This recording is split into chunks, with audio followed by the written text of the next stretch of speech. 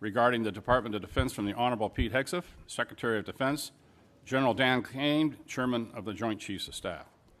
Mr. Secretary, General Kane, congratulations to you both on your new roles and welcome to your first hearing before the subcommittee. We look forward to working with you closely to provide for our common defense. And a very special welcome to Mrs. Bryn McDonnell. Bryn, it's great to have you back here in this room.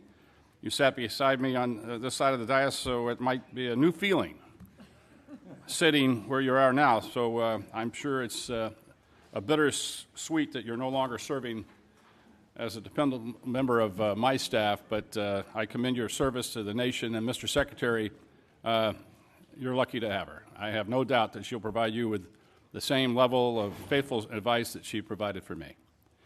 The work we do in this committee has never been more important. We are navigating an increasingly complex and uncertain global environment, with adversaries like China and Russia pursuing aggressive actions and challenges in regions like the Indo-Pacific, the Middle East, and beyond. Our military must be prepared to meet those challenges, and that preparation requires substantial investments in both personnel and equipment. But we also must be responsible stewards of the taxpayer dollars. Balancing national security priorities with fiscal responsibility is a delicate but necessary task. Mr. Secretary, I commend you for quickly hitting the ground running and focusing on your key priorities of reviving the warrior ethos, building our military, reestablishing deterrence, and ensuring the defense of our homeland. The American people expect their borders to be secure. The challenges of our southern border, including the ongoing flow of illegal drugs, human trafficking, and other illicit activities, are growing threats to our security and must be addressed. The cartels exploiting our border and increasingly sophisticated and dangerous. The Department of Defense has a critical role in this fight. Mr. Secretary, I applaud your efforts in focusing resources to ensure the border is secured. I look forward to more discussion about what resources are necessary to keep the momentum going without compromising our ability to meet threats abroad. I also want to hear from you both about the readiness of our force. I have heard from senior military leaders and service members alike about the ongoing concerns related to the health of our force, including the need for modernization, the ability to respond quickly to emerging threats. While this committee has consistently provided funding for investments in next-generation systems, from hypersonics to autonomous platforms, we're still seeing troubling delays and cost overruns in a number of programs. We simply cannot deter near-peer competitors like China by falling short in sustaining our defense and industrial base. That is why it's critical that we continue to focus on the pace of modernization, particularly in areas like air superiority and munitions production. The committee has been steadfast in our support of entities within the department that challenges the status quo, such as DIU, the Office of Strategic Capital, and APFIT. These innovation entities are alternative pathways to deliver capability quickly to the warfighter, and I would appreciate the opportunity to work with you to bolster these activities as a way to bring disruption and competition into the department, which, in my experience, can yield better and faster results. I also want to discuss the critical importance of our partnerships and alliances.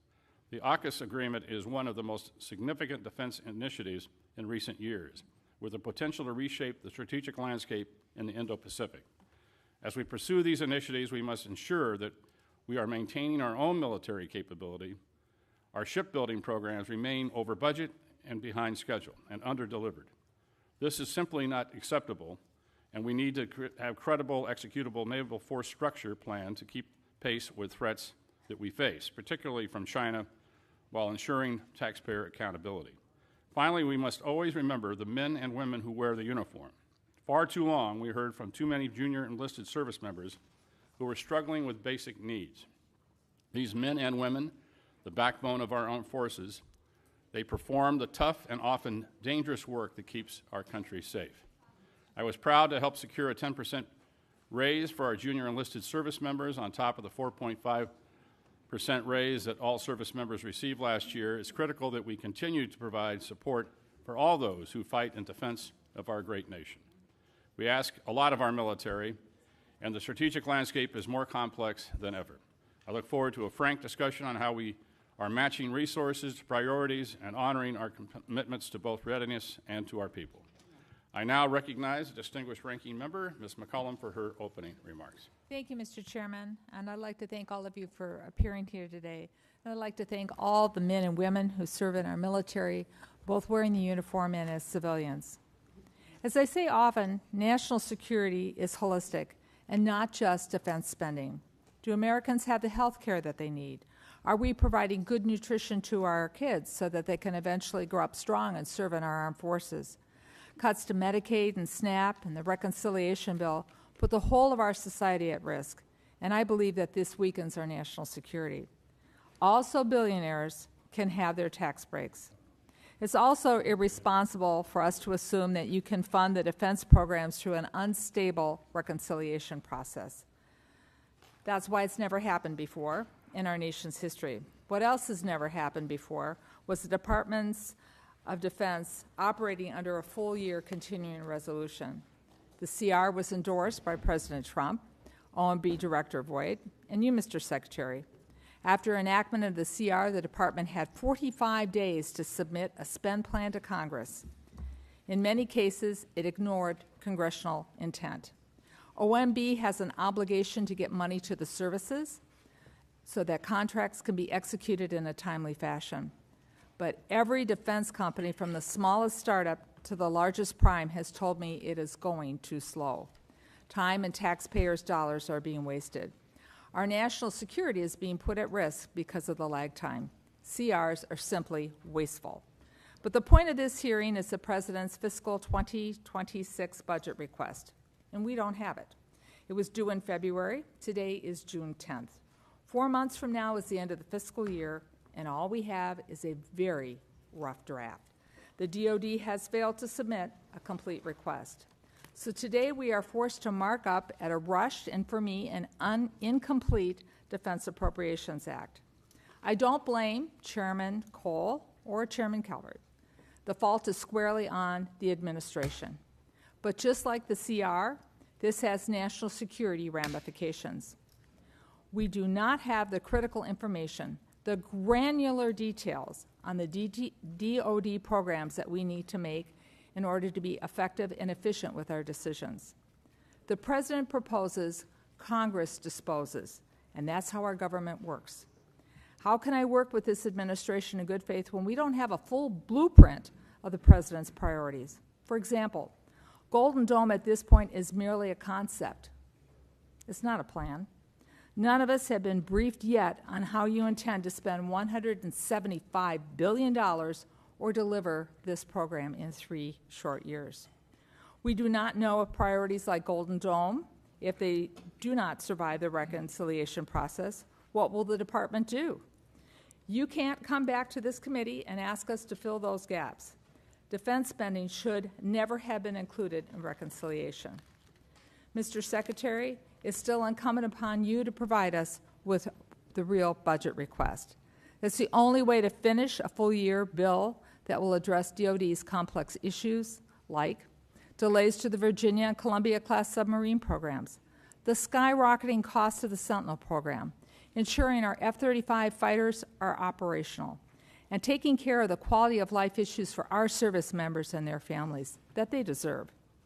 We also must understand the administration's approach to geopolitical concerns, like Russia's illegal invasion of Ukraine, or plans to address the military capabilities of the People's Republic of China, or adequately support our future military posture in the Arctic as the polar ice cap continues to melt. We don't know the answers because the administration has not submitted a budget. Mr. Secretary, let me close with this. There's no secret that we have some serious disagreements.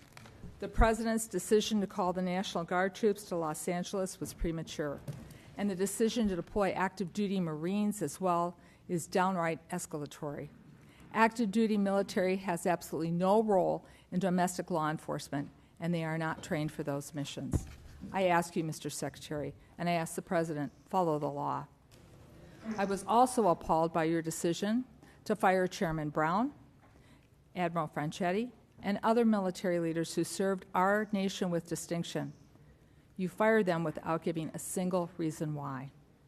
Many Americans, myself included, have witnessed what is a deliberate effort to silence and diminish the achievements of minorities and women in the military. Their dedication, their heroism, their sacrifice on behalf of our nation deserve recognition, not erasure. As a former history teacher, I know and acknowledge uncomfortable truths about our own history.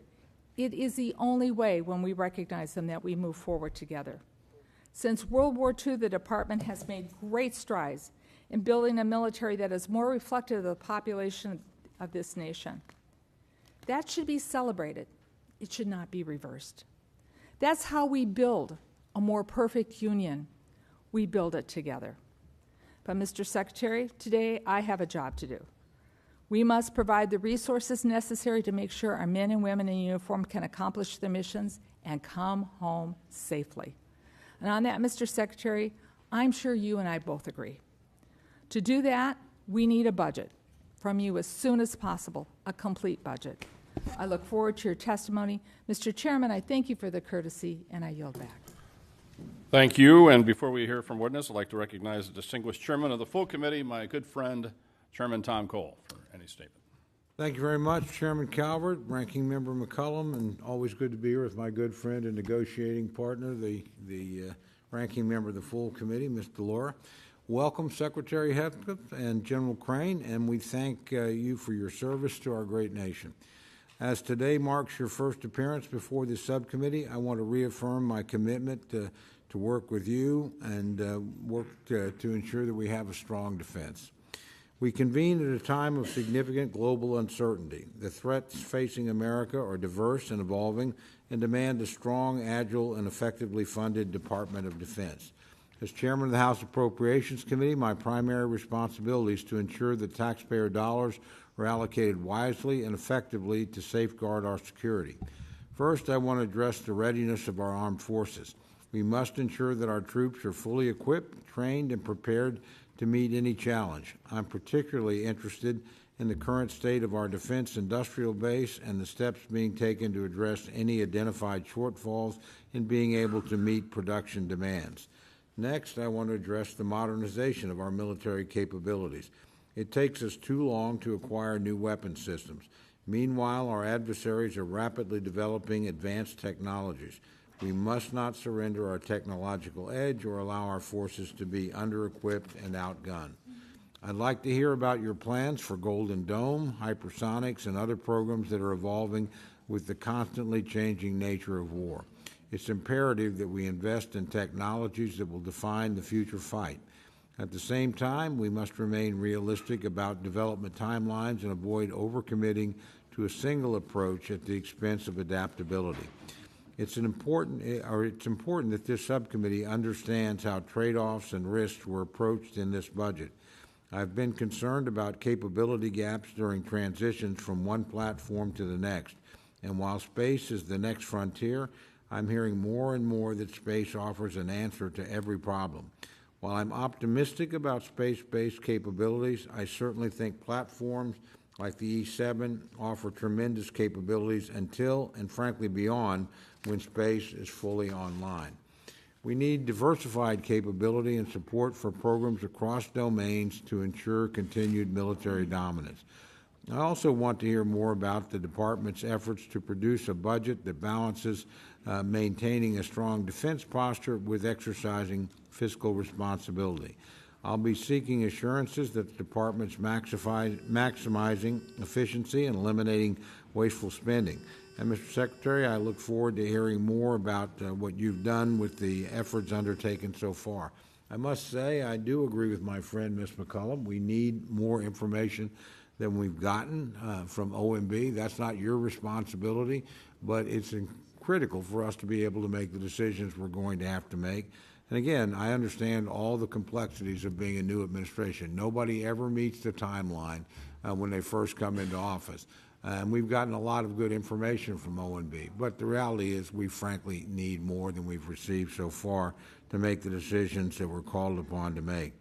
I want to emphasize the importance of congressional oversight. And again, I'm committed to working with the Department of Defense to ensure that our national security objectives are met. However, we also have a duty to hold it accountable for its spending and performance. and I think I can speak for almost everyone in this room, no one liked the way the fiscal year 2025 process ended. Again, that's not your fault, that's our fault, and there's plenty of blame to go around, but it's certainly an experience I don't want to repeat. I don't want you or your colleagues at the Department of Defense to have to operate under a CR again for the coming year. I know the difficulties that places on you. Every member of this committee knows that. You've got my commitment. We're going to work hard to avoid that this year. But again, we need some help from all concerned in the process to achieve that goal. And almost no one, again, as I said, liked the way the process ended. But we owe it to the men and women in uniform to get this right. It'll require collaboration with the department to inform and produce a product that will meet that goal. I look forward to being your partner in that effort. And again, I want to thank you for being here today. And again, I want to thank you for your extraordinary service to this country before you assumed this position. I think that's one of the reasons why we've done as well recruiting, is people that are thinking about putting on the uniform of the United States have confidence in you because you've made that decision and you served this country with distinction before you ever came on this post. And leading by example is an important thing, and I want to thank you for the example you set for men and women that wear the uniform of the United States. With that, again, welcome in your first appearance, and we look forward to hearing your testimony. I yield back, Mr. Chairman. Thank you, Mr. Chairman. I'd like to now turn to the ranking member of the full committee, Ms. DeLauro, for any opening comments.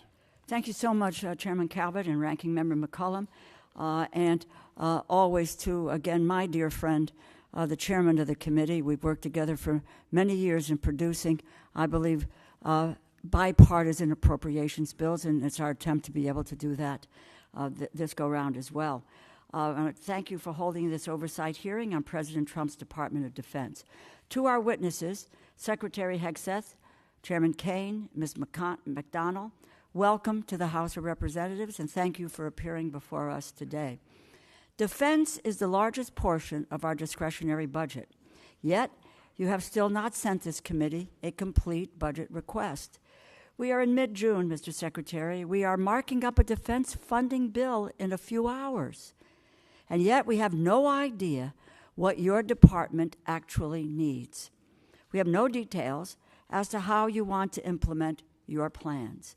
We should be discussing how you plan to get our submarine programs in order, how the Black Hawk platform will be utilized into the future, and how you plan to improve our service members and their families' quality of life. It is unacceptable for us to move forward with a defense funding bill without this information, and it is regrettable that the administration has put us in this position. If we cannot complete this process on time, we risk yet another continuing resolution, which is wasteful, inefficient, and detrimental to our military readiness.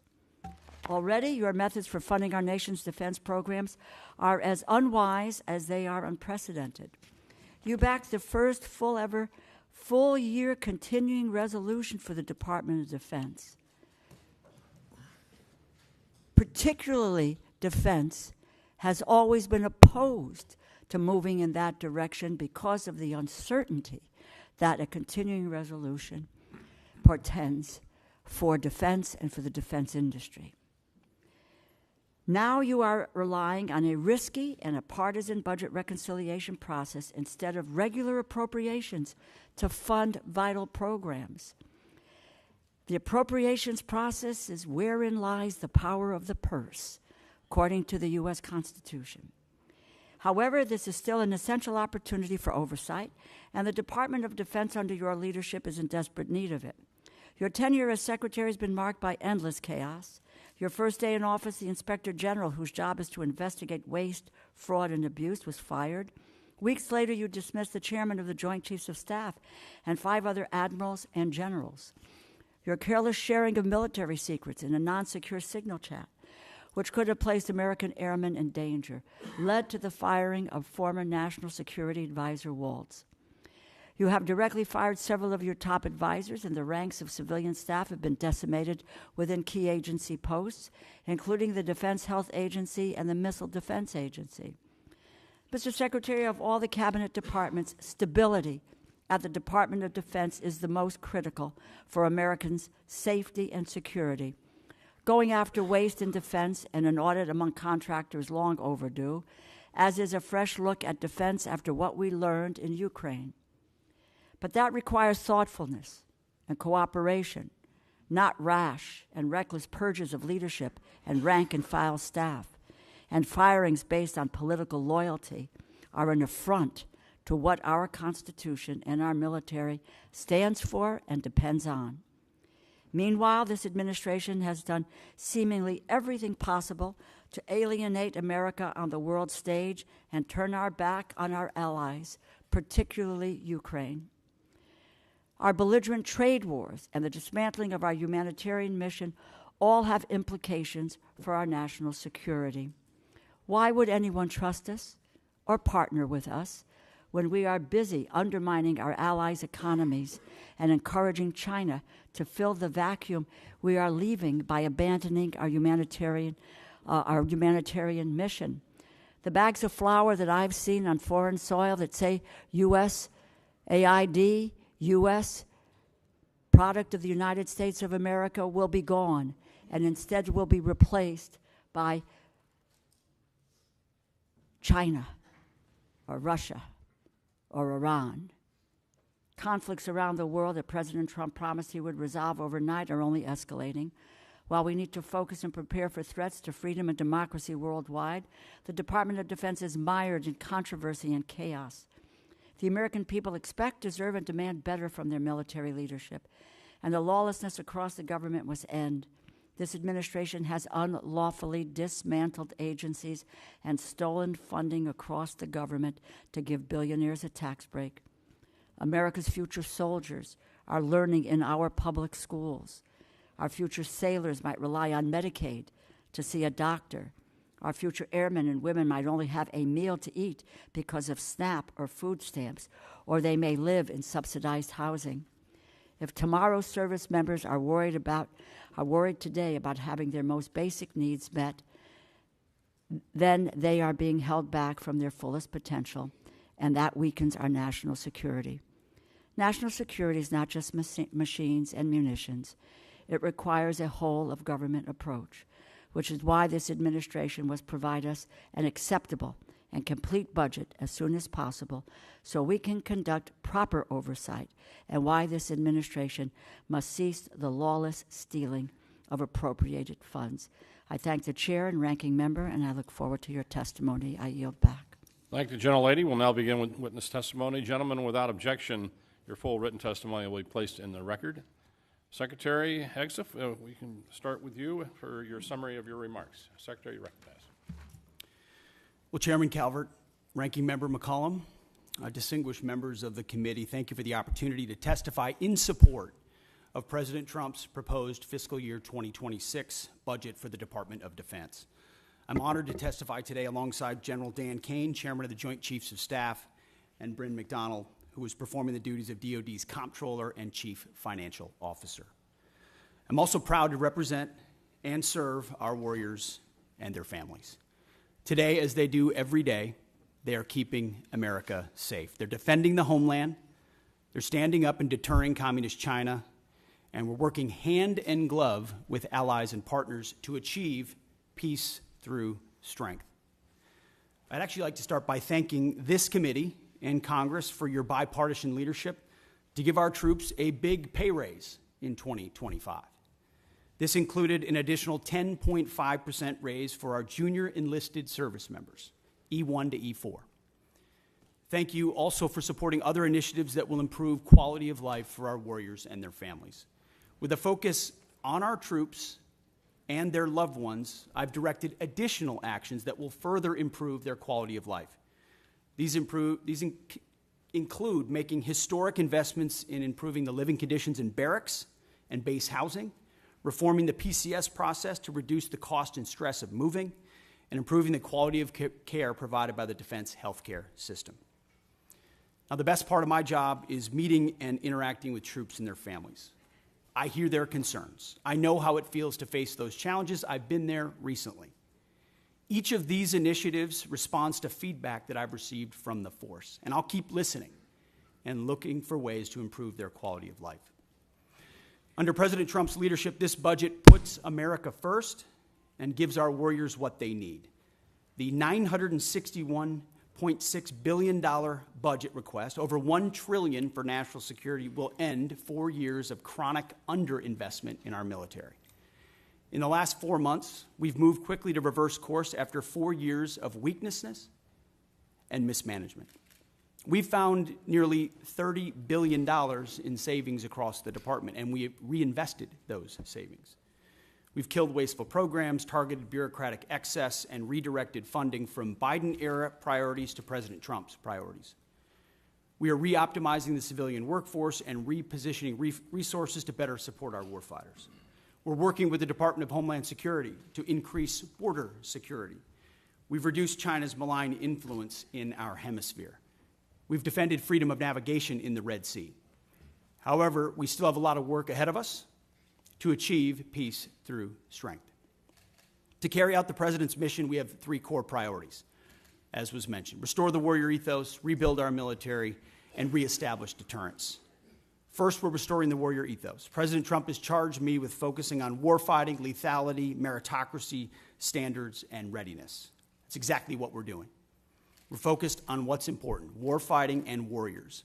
We're sweeping away distractions and bloated bureaucracy. We've set standards that are high, equal, and unwavering. DEI is dead. We replaced it with a colorblind, gender-neutral, merit-based approach.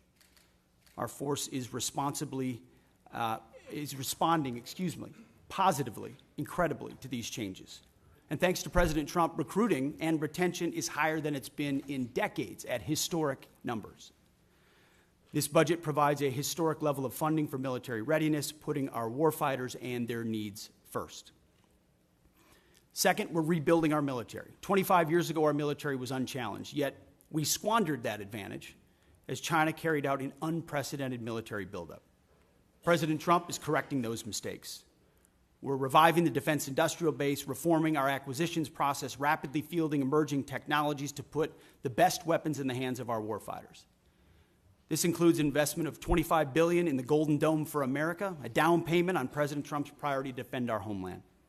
It also commits more than $62 billion to modernize and sustain our nuclear forces.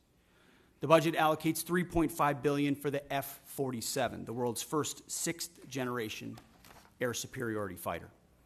This budget will revitalize our shipbuilding industrial base with $6 billion in funding in FY26, $47 billion in shipbuilding total. The budget increases significantly funding for autonomous systems, long-range fires, drones, and hypersonics. We will put these capabilities in the hands of our warfighters. Third, we're reestablishing deterrence. When our opponent sees our well-equipped, tough-as-nails warriors, they will decide that today is not the day to test American resolve. Credible deterrence starts at home, and it starts with securing our borders. We will achieve 100% operational control of the southern border, with crossings already dropped 99.9%. It also starts in our neighborhood in the Western Hemisphere. As you know, as we've said, the Indo-Pacific is our priority theater, and China our pacing threat. That's why I've traveled twice to the Indo-Pacific region to meet with our allies and partners, and they have responded. As we shift in that direction, President Trump looks to those allies and partners to step up, to share in the burden of their own defense. He also sees them, as I do, as force multipliers alongside the United States, and we are making progress in that. As the President has rightly pointed out, it's only fair that our allies and partners do their part. We can't want their security more than they do. So the Department of Defense is executing a common sense agenda to achieve peace through strength.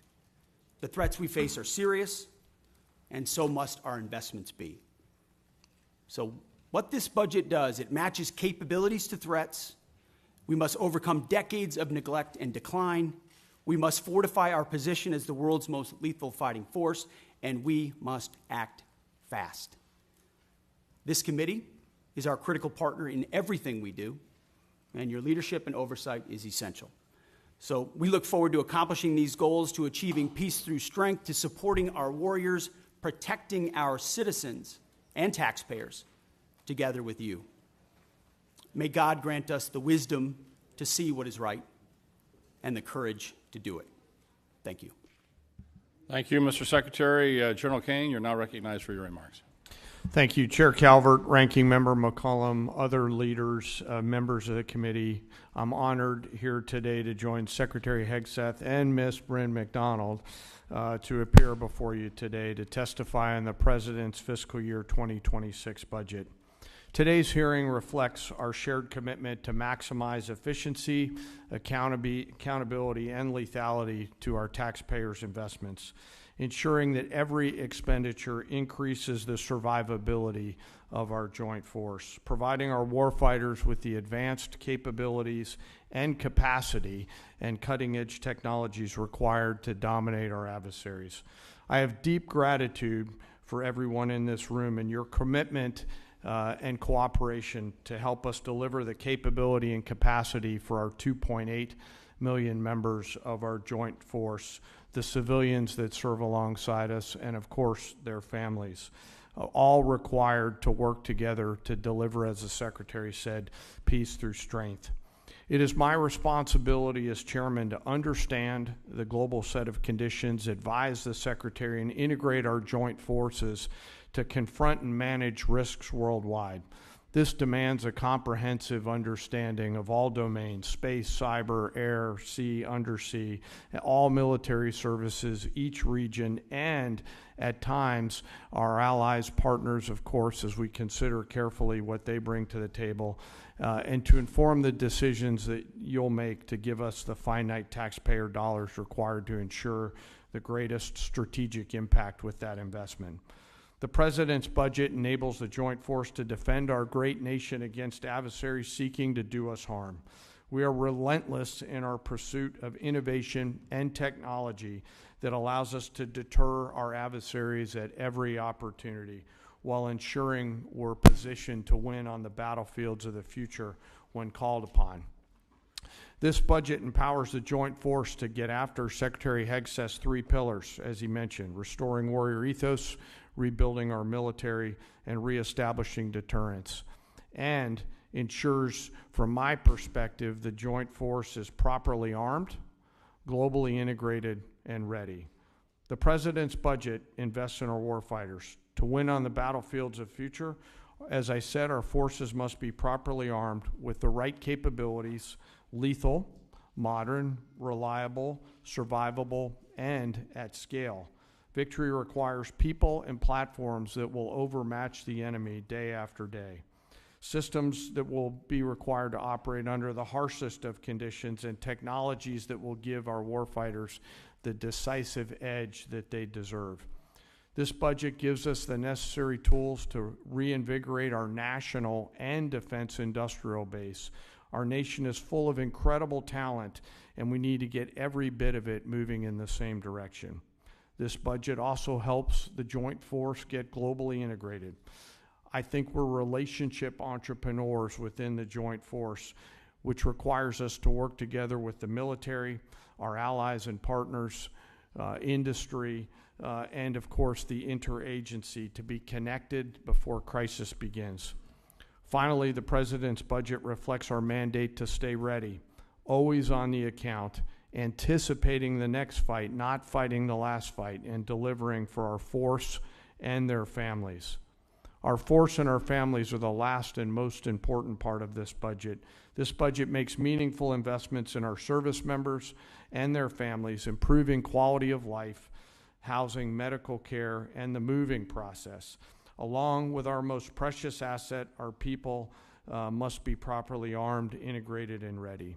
I also want to highlight the service member over my right shoulder quickly, the senior enlisted advisor to the chairman, who will retire after 37 years, Sergeant Major Troy Black. He didn't know I was going to say this today.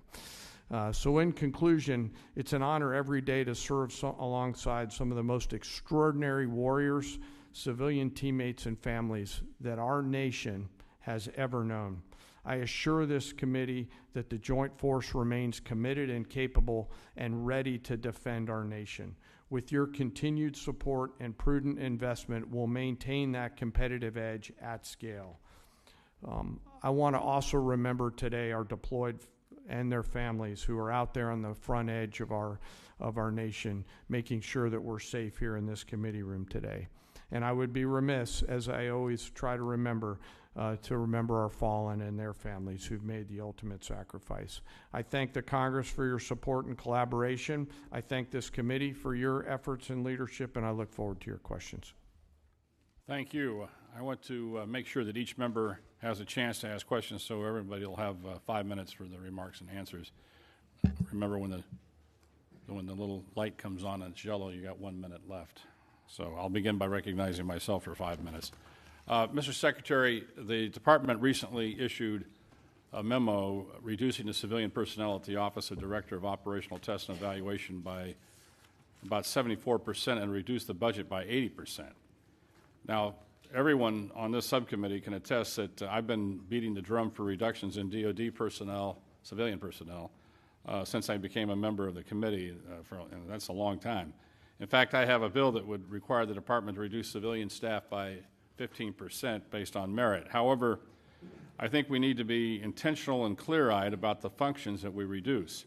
As you know, DOT&E was established by Congress in '83 to centralize and strengthen operational testing, ensure that weapon systems are rigorously evaluated for combat effectiveness, suitability, and to address deficiencies in oversight and standardization within the Department of Defense. And there's a lot of examples of DT&E catching flaws that would have catastrophic consequences for our military, including loss of life.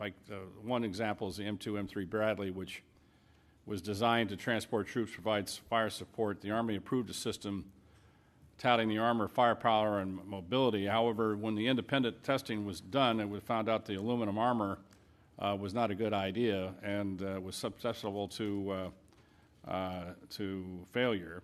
And early versions caught fire and burned. And so obviously we made changes and rectified that, and the Bradley's been a valuable part of our military ever since. But we share the same goals to create a more efficient, leaner DoD, but with things like Golden Dome coming along, we want to make sure that the technologies we pick are going to work and that we fund them accordingly. So I understand the reduction is seeking to remove duplicative functions. We're not interested in delays, and I know that that's really high on your list. However, a layer of independent testing is, I think, important. In light of that, with the reduction, how will you ensure that the military services tasked with testing and evaluating their own programs will not revert to past behavior which showed they would approve systems in order to meet operational needs or budget timelines? So with that, Mr. Secretary, see if we can have an answer to that. Well, Mr. Chairman, I appreciate the question. How we evaluated DOT&E was a reflection of the overall approach we take in the department, which is how efficiently do we operate? Where are the bottlenecks? We talk about the things you talk about every single day. How do we get how do we get systems, platforms, future capabilities in the hands of warfighters as quickly as possible? And so a review led by myself, the Deputy Secretary of Defense, our friends at DOJ who've worked with us have helped us look and identify places where we might find efficiencies. Now, I work, and my hands are directly in the middle of that, to ensure that as we seek those efficiencies and reduce those redundancies, we're not doing so in a way that undermines our capabilities or safety for warfighters in the future. DOT&E, after we got rid of a lot of the really low-hanging fruit of tens of billions of contracts and things that we've reduced, that were duplicative, that were completely wasteful, that were creating PowerPoint presentations that no one was looking at, you start to look at things like DOT&E, testing and evaluation, which in a headline sounds quite significant, and it can be in many ways. But when you ask the services, you ask the joint staff, you talk to the comptroller and CAPE, and you go across the other undersecretaries, there's a universal recognition that DOT&E's mission has bloated and expanded well beyond the scope of what it was supposed to be. And as a result, was expanding by months, and sometimes even more than that, the amount of time it was taking for systems to actually make it in the hands of warfighters. So you still have services in other places doing that testing and evaluation. This remains in place at a right size. So we see it as a right sizing of DOT&E. So it still provides that oversight and ensures across the joint force we're recognizing the challenges, but it doesn't add unnecessary time. So we recognize why it was created. We want it to do its job, but not more than its job. And that's what we believe it's doing by reforming it. Well, thank you for that answer. Obviously, as we expect new systems, new technologies to come online quickly, we want to make sure, as this committee, that we're funding it properly and make sure that you can handle the volume in which that you're anticipating, especially with a new technology like Golden Dome, which, you know, we still, as the ranking member pointed out, we still haven't seen a clear definition of what it is and what it's a strategic theater system, lower 48, Hawaii, Alaska, the rest of it, and how these layered systems are going to be put out there to defend the country and to make sure that we're not spending a lot of money unnecessarily. So testing and evaluation is going to be an important part of that. With that, I recognize Ms. McCollum. Thank you, Mr. Chair. Mr. Secretary, I plan to ask you some budget questions about the following: the cost of the Qatar plane, where the money from the Army's parade is coming from, or the National Guard deployments to the border, where that funding is coming from. I honor and celebrate the United States Army, but I'd like to know how much this parade is going to cost. I have sent the department letters on several occasions on this, and I'm still waiting for a response. But then something else happened this weekend, and it needs to be addressed, and that is the President's premature and escalatory decision to deploy not only the National Guard troops to Los Angeles, but active duty Marines as well. Mr. Secretary, we're both from Minnesota. I was in the Twin Cities during the riots that followed the murder of George Floyd. Tens of thousands of protesters took to the streets for days. Governor Walz made the decision to call up the Minnesota National Guard. At no point did we need the citizens of Minnesota request that the Marines be deployed. Our state and local law enforcement, along with our National Guard, who have worked on crowd control, they were more than enough. They were more than capable of handling this situation. History has proven that law enforcement and the National Guard are more than capable of handling situations more volatile than what happened this weekend. We all see the continuous loops on TV, but this looks nothing like the George Floyd protests or the Rodney King riots in Los Angeles in 1992.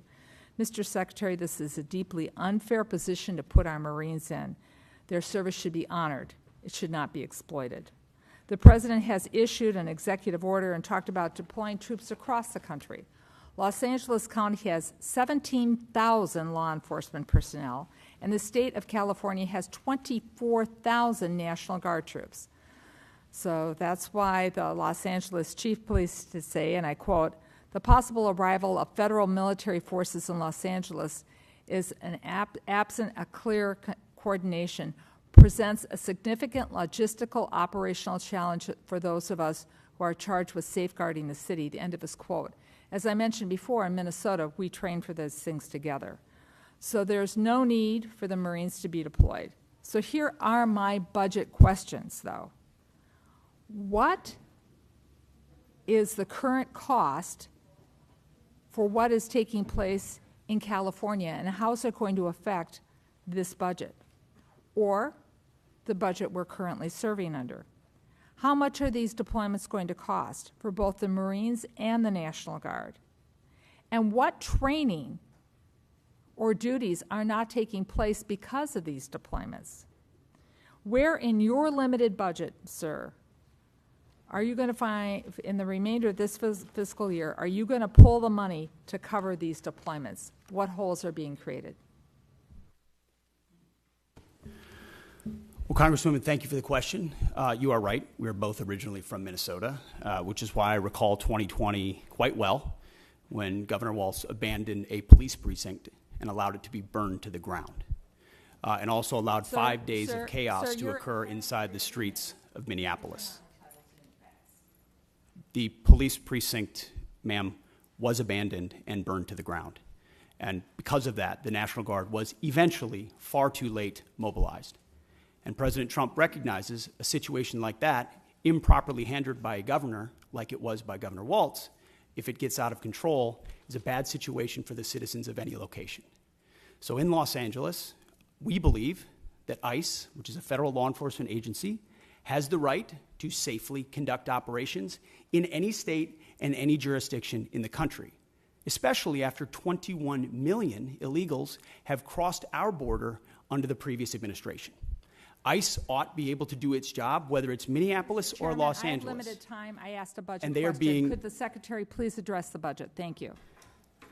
You asked about the situation in Los Angeles, and we believe asked about ICE the budget. agents should be I allowed to be asked about the safe in budget, doing sir. their operations, and we have deployed National Guard and the Marines to protect them in the execution of their duties, because we ought to be able to enforce immigration law in this country, unlike what Governor Walz did in 2020. There are 17,000 LAPD, you mentioned that. There would be 18,000 if not for the defund movement that folks like Gavin Newsom and Karen Bass have Chairman, implemented.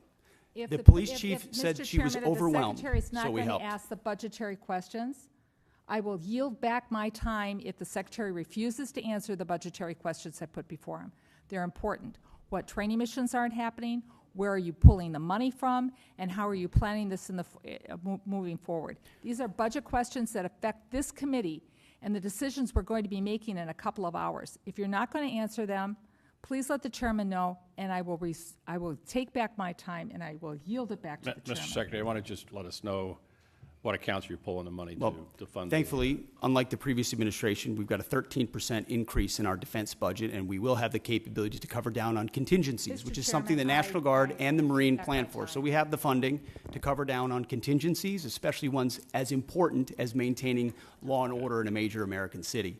As far as training, all of the units on the ground have been fully trained in their capabilities of what they're executing on the ground. Chairman, ask for budgetary. If he needs to get back to the committee with the numbers, I'd appreciate it, both current and present. Happy to Thank submit you. them for the record. Gentleman will receive an answer to the question for the record. Gentleman from Oklahoma, Mr. Cole. Thank you very much, Mr. Chairman. Mr. Secretary, again, welcome. As I mentioned in my opening comments, I'm very concerned about retiring legacy systems. They need to be retired.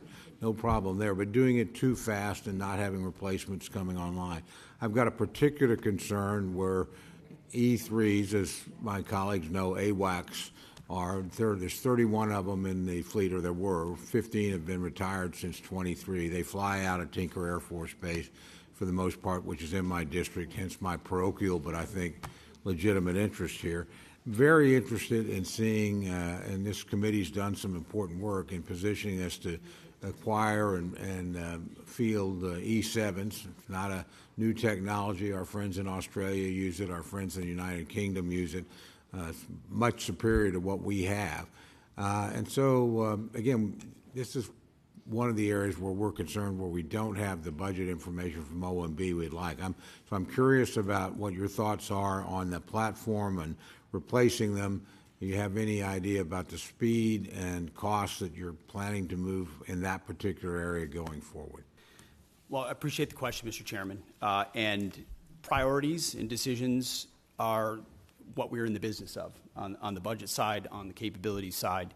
And I think President Trump has charged us with making the big, difficult decisions after a lot of deferred maintenance and deferred decisions to ignore parochial priorities in large part and focus on what the department needs and where it needs it and when it needs it. And that means some tough calls. And there are platforms we've supported as a result, and there's some platforms and systems that we won't support going forward because the services have requested it, or we've identified those are systems and platforms that don't orient toward a future threat. I mean, we've learned a lot from what's happened in Ukraine. We've learned a lot from what China is attempting to do and the systems they're building.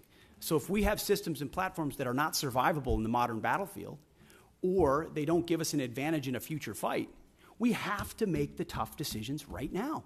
That's my job, that's the chairman's job, and it's our job to fund those new systems and make tough calls. So the E7 is an example of that. We're going to fund existing platforms that are there more robustly and make sure they're modernized. But we believe most of the ISR, or a great deal of the ISR in the future, will be space-based. And not in a scientific space-based, we hope we'll get there, but in we're funding capabilities that will surpass some of those airborne capabilities. So we're willing to continue to review things like the E7, but from our view, investments in existing systems that carry forward that capability alongside even bigger investments in space-based ISR gives us the kind of advantages we need on a future battlefield. I think that's a fair point. I would point out, I've been on this committee a long time. I watched the U.S. Army waste $29 billion on the future combat system because it was going to be so great. And it didn't, and we wasted a ton of money. We got a platform here that works. Space is great. It's unknown. It's undeveloped. And I would just urge you to look at this pretty carefully as you make the decision. We certainly will as a committee. I don't know how much time I've got left because the clock's not running. You're the chairman, so. Well, that's why I will try and be respectful to the committee and certainly respectful to our witnesses. I have one other quick question, if I may, and I think probably a lot of members have had these concerns. Look, I'm largely very much in favor of the hiring freezes and some of the things you've done personnel-wise. So this is not a criticism, but I do hear that we have certain exempt positions like aircraft mechanics, like firefighters. We're having a problem with that. Again, Fort Sill, I got the home and the field artillery and air defense artillery as well. It's a pretty military district. Nobody's being critical, but we're having a hard time getting, these are exempt categories, those filled. Can you sort of tell me where we're at on that? Because these are mission critical people. It's a great question, sir. It's something we're paying very close attention to. In fact, we meet on it multiple times a week. It includes shipbuilding capabilities, child care centers.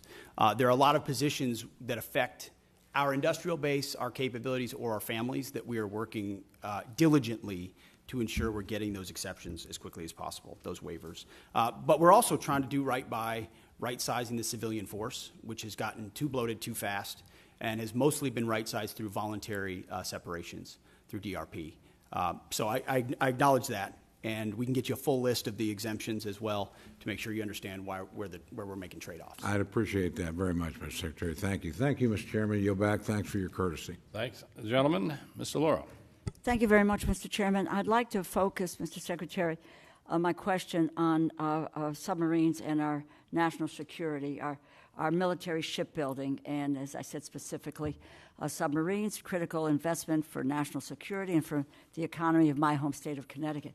This is a yes or no question, Mr. Secretary. Do you agree that continued investment in the Department of Defense in submarine production is in fact critical to the United States national security and military readiness? Very critical. Okay, so yes, thank you, and we agree. They'll continue to be a critical asset to deter adversaries, sustain the advantage we have in undersea domain, and the Defense Department should continue to support these programs. What is the status of the Department's investments in submarine programs? 14% increase in FY26 on the Columbia, and a substantial increase in the Virginia as well. So we're ensuring a submarine industrial base that has been left behind, that has been neglected, is fully invested. We to make have sure funded we're the speeding submarine up on base funding here. the submarines. More than half, and you can go back to last December, but I want to move on. Do you know where our submarine production currently stands, and whether current production is sufficient to bridge the gap between current fleet size and projected need? There is a gap, but we believe we are closing it, ma'am. Yes.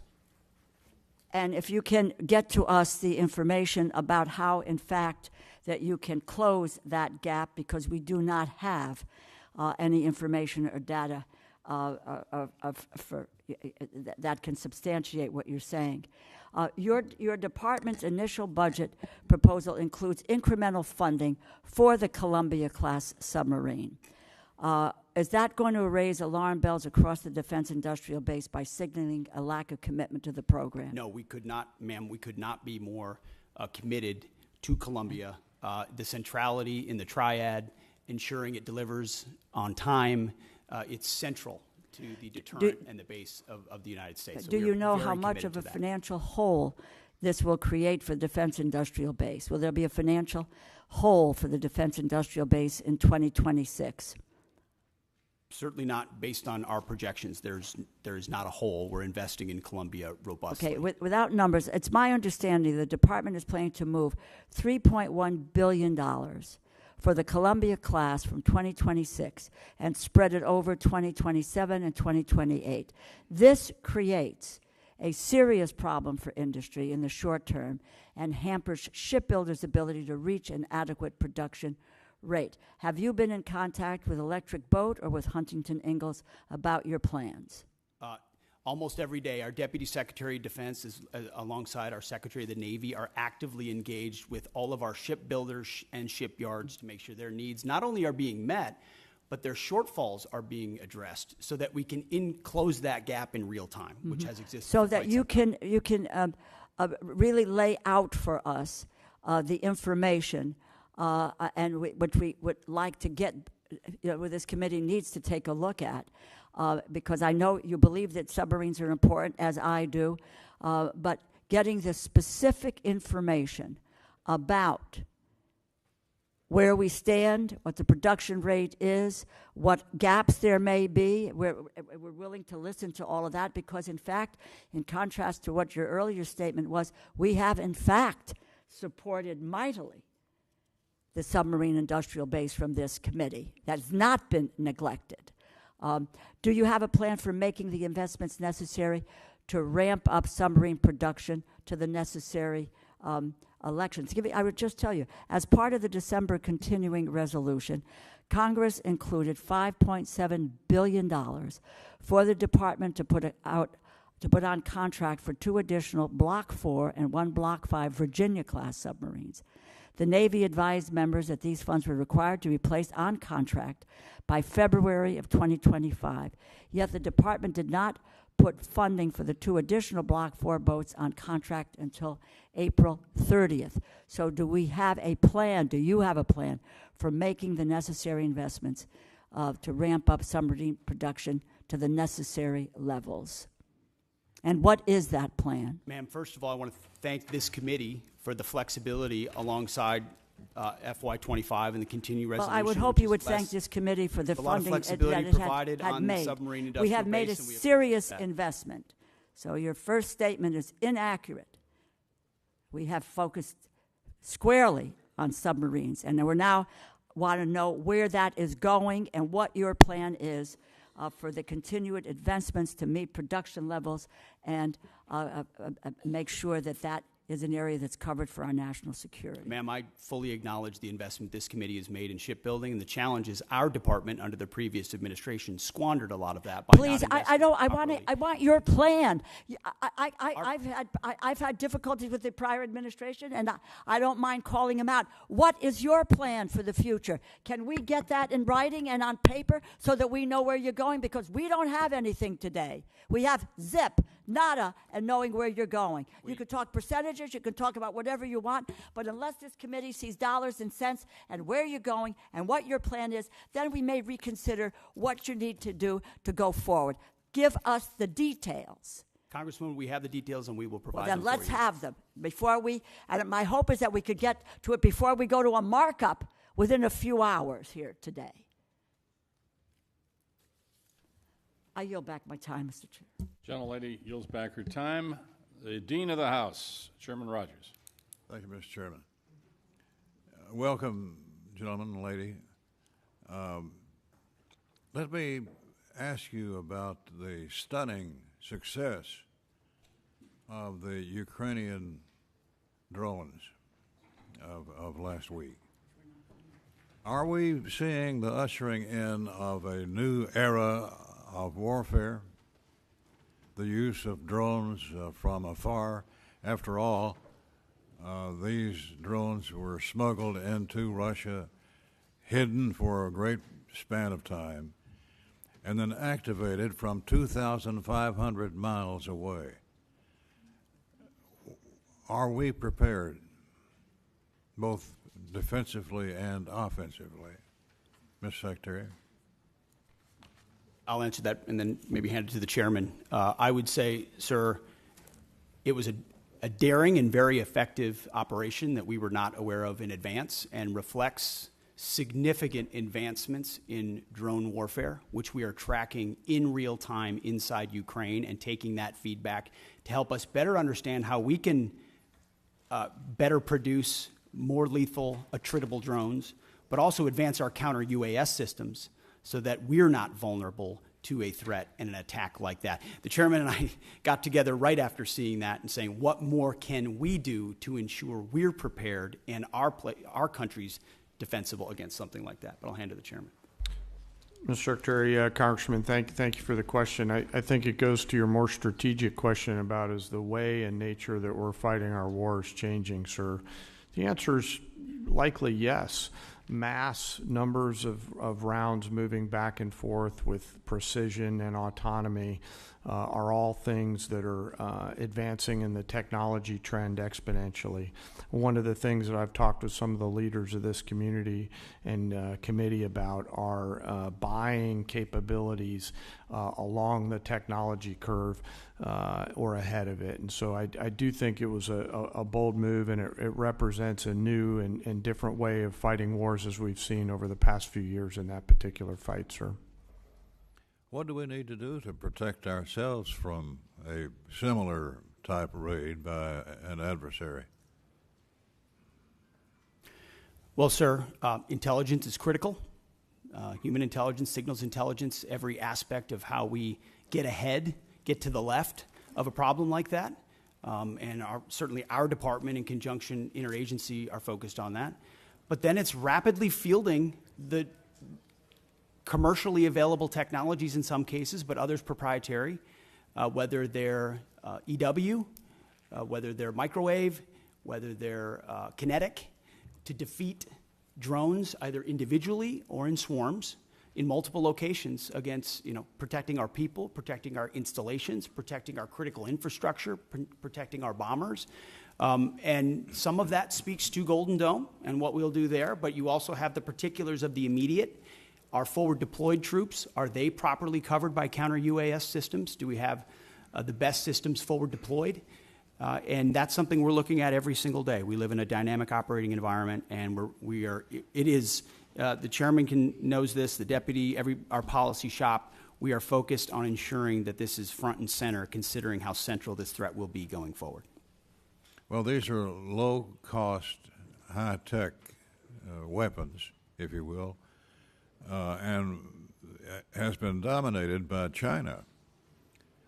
90% of drones are produced by China, I'm told. What does that tell us about what we need to do here at home? Well, sir, it's not just, first of all, making sure we're less reliant on Chinese technology in any part of the supply chain, which is something we can speak to because that's been an aggressive part of our effort at DOD. But also recognizing it's not just China. Of course, Iran invests substantially in drone capabilities. And then learning a lot from partners on our side, like the Ukrainians who have developed systems and fielding that quickly. So commercially available, attritable, that we can produce at home is important to us. Congratulations to all three of you, and we wish you well. Yield back. Thank you, sir. Thank the gentleman for the question. Real quickly, is it the press stories accurate that 40% of the long-range bombers from Russia were destroyed in that attack? Is that an accurate number? So I'm not exactly sure what the percentage is, but I also know that I may not say that in open session. So I'll take that and get back to you through appropriate channels. Thanks, gentlemen. Ms. Capter. Thank you, Mr. Chairman. We welcome our guests. I come from a family of combat veterans going back a long time. And my comment is the use of certain words and what they imply. When I hear warrior ethos, and I hear it a lot from you, Mr. Secretary, I'm concerned. All the soldiers in our family, all of whom fought and received medals for their combat service, call themselves soldiers. Marines are trained to kill. In terms of domestic policing, our police and our National Guard at the state level, carefully used, but also our state police are used in civil enforcement, and they are good. I don't need any reply. I just am concerned about what those words you often utter actually do in people's minds and change the language we have used since the founding of this republic. So that is a concern of mine. I wanted to go to the General and Chairman, if I could. We've heard a lot this morning about Defense Industrial Base. And this is something I ran for office on a long time ago. We have not made significant progress as a country in this regard. And the places that made things, whether they were machine tools, whether it was composite materials, were left behind. It's one of the reasons for the division in our society. So I am very interested in knowing what specifically and in which accounts, and I hope you can get this back to us within a week and a half, you are going to focus on in order to inject additional resources in the defense industrial base of this country. What will that look like? We are just successful now in helping steel to revive and some of our composite metals. 40 years ago, I wrote a title to the defense bill dealing with strategic metals. Nobody at Department of Defense cared, okay? So I'm interested in which accounts, if you could kindly get back to me on that, and when you say defense industrial base, budget-wise, in which accounts, what does that mean? All right? I don't expect you to answer it now. Can you tell me when you might get that information back to us? Well, ma'am, you just said a week and a half, so I know the awesome humans behind me are scribbling madly to come back to that. Can I just make a quick comment? You know, I happen to be a lucky guy that served in the private sector for a while, and I ran a machine shop in Texas along with a metal finishing business. So when we talk about defense industrial base, I broaden that out to really the national industrial base. There are certain components that are made in the defense side, but as you articulate, ma'am, many others are made in the small machine shops out around this entire nation. When I talk about mobilizing our nation, I think of that national, not just defense industrial base. What do we have to do to create greater capacity all the way down the chain to include jobs at the local level for those people that build quality parts and deliver on time with shorter lead time and lower cost? And so I have great empathy for what you're talking about, and we'll get back to you just as soon as we can. Yes, and General and Secretary, going back to the drone attack in Ukraine, a country that was invaded by the Russian dictatorship, starting in 2014. They've been at war for a decade, more than a decade. What they've done with drones is astounding. It's going to change warfare. One of my questions is, what are you doing to establish relations with Ukraine and not turn your back on them as an administration and help them win, help liberty win? This has implications way beyond the boundaries of Ukraine.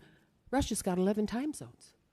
I mean, this is the most important test of liberty for our NATO alliance in my lifetime, and we better help win.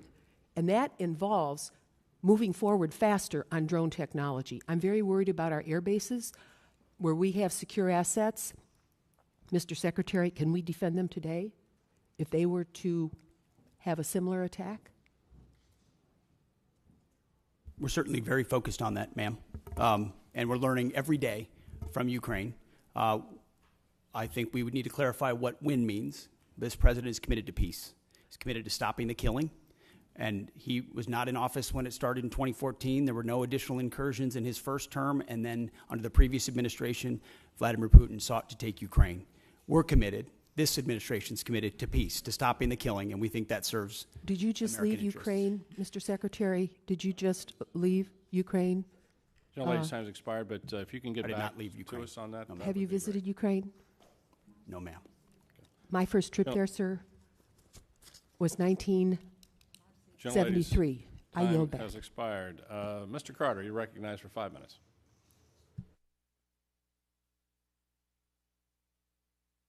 For your service to our country. We're very proud of you. I'm fully supportive of the Army's outgoing modernization efforts and the recent Army Transformation Initiative that combined the Army's Future Command with TRADOC to become the Transformational and Training Command. How are you both going to create a partnership between the Assistant Secretary of the Army for Acquisition, Logistics, and Technology, and this new command to ensure the acquisition authorities are modernized and synchronized to achieve the maximum lethality and deterrence. I'll take that. Maybe I'll hand it to you, Mr. Chairman, as well. We are very encouraged and supportive of the Army's transformation initiative. General George has been critical to that, as has the Secretary of the Army, Dan Driscoll. And together, it's been a heck of a partnership and a willingness to get at the core issues facing today's Army and ensuring it is reformed and modernized to meet the threats of the future. One of those aspects is merging those commands. And I can tell you, whether it's the warrior ethos or lethality, that is central to why we make decisions, ensuring that we're not making decisions on behalf of bureaucrats or process, but to ensure we're getting the most lethal aspects of what we do front and forward as quickly as possible. And that involves things like Futures Command and TRADOC. And when you merge those things, you have to make sure you're getting rid of things that are redundant and pushing forward things that matter the most. But I'll defer to the chairman. Well, I've shared that commitment completely, and I share this transformation. What do you see as the fundamental capabilities of this command must develop to ensure that we have the lethality and deterrence necessary to succeed in Indo-PACOM? That's where the future is. Sure, I'll first echo the Secretary's respect and appreciation for Secretary Driscoll and General George. They are a team, and that's always great to see from a warfighter's perspective when you have such a nested combat pair, if you will, that are driving at the same set of objectives. I think there's clarity, Congressman, in the minds of both the Secretary and the Chief on the need for things like long-range fires in the Pacific.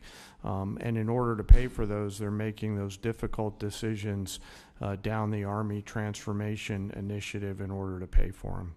Well, when we started talking about the Futures Command, one of the things that I was hoping we would do is we would not get a project stacked up on somebody's desk and stacked that high, and when he got down to checking on that, oh, that goes to you, and it goes on top of another, on the bottom of another stack that high. And so we get delayed and delayed and delayed and delayed in certain areas of bureaucracy. I think that is dangerous for our country as we look forward in Indo-PACOM. Yes, and that's sir. why I asked the question. Another issue that's very important, the department has historically relied on outdated production techniques of energetic manufacturing, which may have remained unchanged since the Second World War.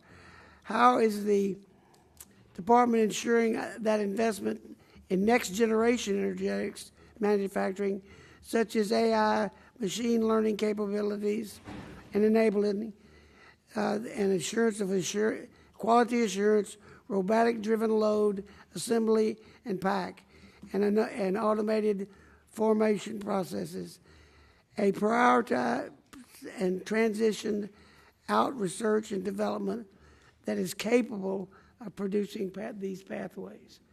In other words, a modern way to load and turn out ammunition in the simplest terms.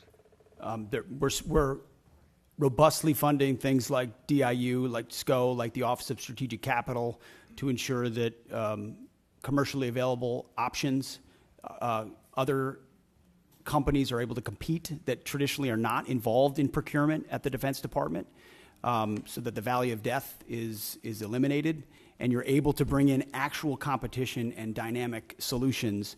Otherwise, ammunition's a great example. It's very antiquated in many cases. We're still making rounds the way we made them after World War II. You have to project out what you want to make, send that signal to industry, and then allow innovators to enter that space so they can bring new technology and rapidly field those new technologies. Otherwise, you're stuck doing it the same way you've always done it. Sorry, I was going to add something, but I'll hold off if you're going to roll. You can get a written response to the Yes, sir. gentleman from Texas on that. That's a concern to all of ours, is to modernize our manufacturing capability for we can get back manufacturing to the United States. Well, Mr. Cuellar, you're recognized. Thank you, Mr. Chairman. Mr. Secretary, and all three of you are welcome, and thank you for your service. I represent an area from San Antonio all the way to Laredo, the border. In San Antonio, we got Joint Base San Antonio, the largest joint base in the Department of Defense that contributes over $151 billion to the Texas economy. We support 266 mission partners. San Antonio also has the second largest cyber footprint in the nation, hosting the 16th Air Force cyber. And then, of course, the military facilities that are the best in the country also. Along with that, going down to Laredo, the largest port in the country, 9th largest in the world after 8 Chinese ports.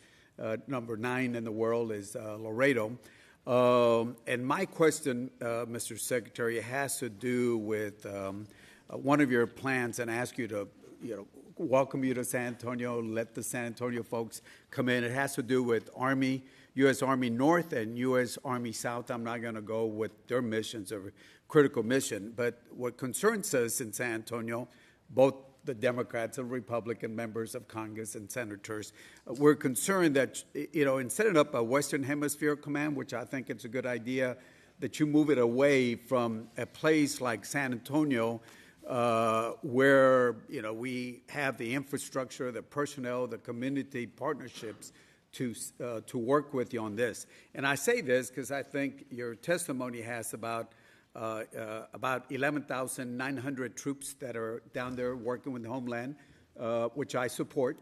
And keeping in mind what's happening with the cartels in Mexico and other places, I would ask you to, when you look at this Western Hemisphere Command, that you don't move it 1,500 miles away from the border, especially in a place like San Antonio. I think we got a few Texans here that can talk about the rest of the state of Texas, and some wannabe Texans also that can talk about what the facilities we have. But I would ask you to, as you consider this, to keep the command, Western Hemisphere Command in San Antonio. Well, sir, count me amongst some of the wannabe Texans.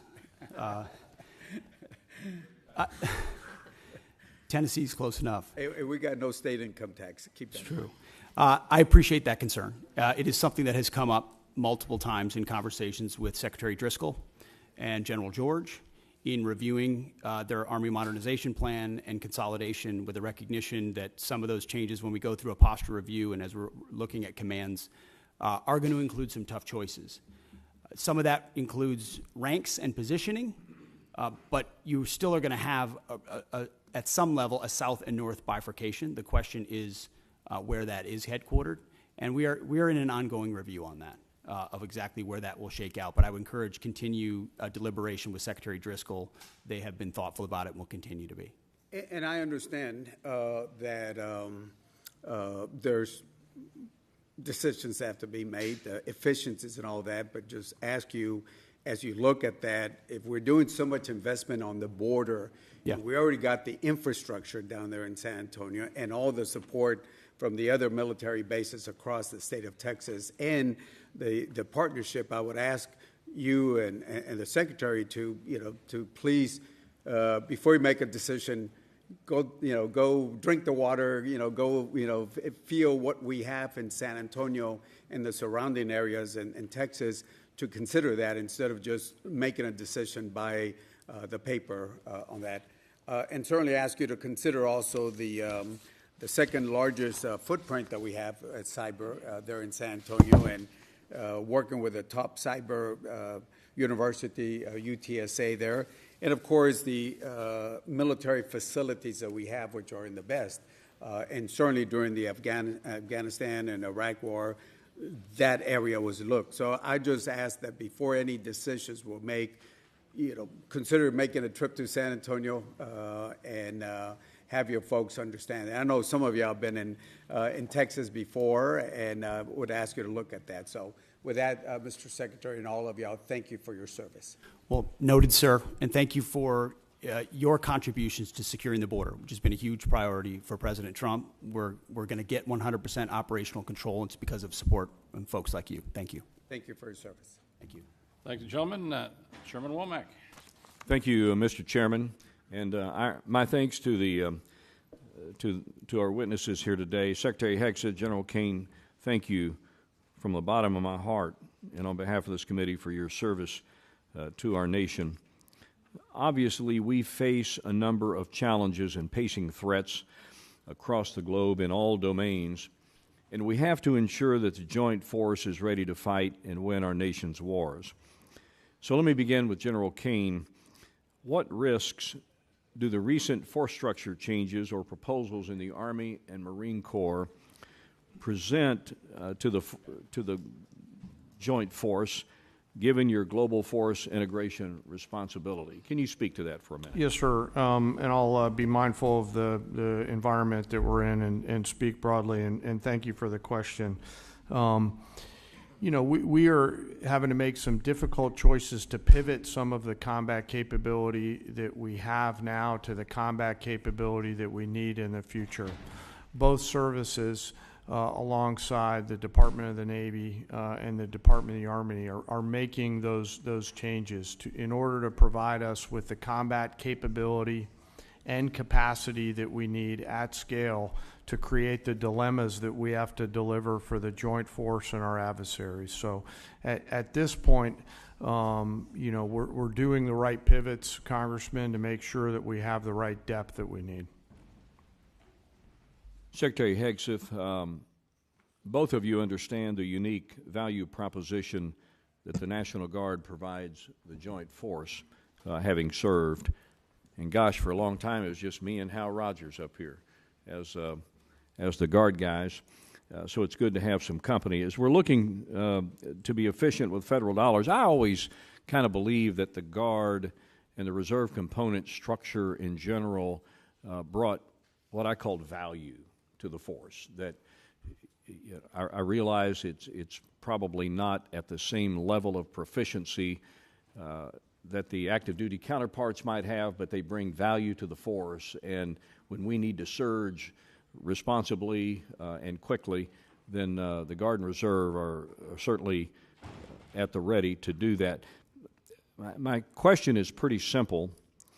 Can you both commit to ensuring that the National Guard component is resourced and equipped properly to meet not only today's operational demands, but those in the future? And I ask this question having had experience back in the day when the National Guard was more or less a reserve force, and it was only after 9/11 that we began to use the National Guard in a truly operational form. And I thought it did a lot of great things for the Guard. I thought it brought value to the force, and I worry sometimes that we may, you know, pivot back to the time when the National Guard is relegated to more of a reserve structure rather than able to surge with our forces in a moment's need and be able to deliver combat capability and combat service support capability when needed. Can you speak to that, Secretary? Sir, I think it's an excellent point. It does, the National Guard and Reserves bring great value, not to mention the civilian skills, the additive civilian skills that they bring. Completely recognize the shift that happened after 9/11. I was a part of that, as were many people in the Guard of our generation. I think we're entering an even another phase, especially under President Trump with his focus on the homeland, where the National Guard and Reserves become a critical component of how we secure that homeland and apply those civilian sets across the spectrum. So when you're looking at, say, the Army, for example, what we need in the active Army vis-a-vis the National Guard will not be a reflection of what we need or don't need. It will be a right sizing of where that particular application would be best used. And the National Guard is a huge component of how we see the future, sir. General Kane. Sir, you know, the policy makers tell us what size our force should be. What I will commit to you, and by the way, thank you both for your service in the Guard. As a fellow Guardsman, you're legendary in those hallways. What I will commit to you is that I'll make sure that the voice of the Guard is heard at the policy level, pursuant to my job as a chairman. I yield, Mr. Chairman. I thank the gentleman. Mr. Case. Thank you, Chair. Mr. Secretary, At the Shangri-La Dialogue, in your speech of May 31st, you stated, and I quote, "Here in the Indo-Pacific, our futures are bound together. The prosperity and security of the Indo-Pacific are linked to those of your people." You went on to talk about the benefits from the, quote, "peace and stability that comes with a lasting and strong American presence here in the Indo-Pacific," end quote. Do you believe that the only way to achieve our contributions to peace and security and stability in the Indo-Pacific is through military strength alone? Sir, certainly not through military strength alone, although military strength is the business that we're in. So we're building partnerships across mill to mill, whether it's the Philippines, Japan, Australia, more actively than any other part of the world, because the application of American strength is not America alone. It's by, with, and through partners who share mutual objectives. And so we are very invested in military-to-military relationships. So you, as the Secretary of Defense, believe that we need to take a broader approach in the projection of national power, national influence than simply our military. Is that correct? Well, sir, that's not my job. My job is the military application. So yes, others will determine the broader spectrum of that, but it's always useful to have other applications of power as well. But how others actually do that does impact your job in running our military, right? I mean, your military operations, your military presence, your mill-to-mill relationships that I agree are important are all going to be impacted by our non-military projection of power, influence, and assistance throughout the Indo-Pacific. Is that correct? I would just say that from my 2 recent visits to that region, meeting with many of those ministers of defense multiple times, their focus is what capabilities can we share together, interoperability and capabilities that establish deterrence, because the most important message America can still send, and they can still send, is hard power capabilities. What can we project? Where can we project it? As the chairman said, what dilemmas can we create? That's the business that we're in. And so we work with those partners that share common goals. And our militaries are working better together than they ever have. And I think that helps support your security. focus on the military side. That's obviously directly your job. But I'm asking you to think and comment more broadly on our big picture approach to the world. This administration, for example, has proposed to reduce the State Department by $8.3 billion, the Economic Support Fund, the Development Assistance and Democracy Fund, and the Assistance for Eurasia. This administration has illegally sought to destroy U.S. Agency for International Development, and in its budget request, reduce it significantly down to close to zero. This administration has proposed to reduce the international narcotics control and law enforcement effort by $1.2 billion.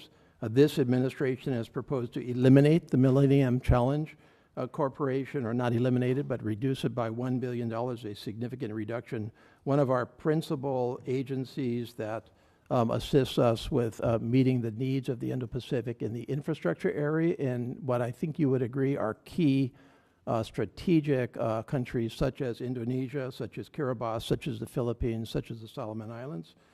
This administration has proposed to reduce international organization contributions by 83%.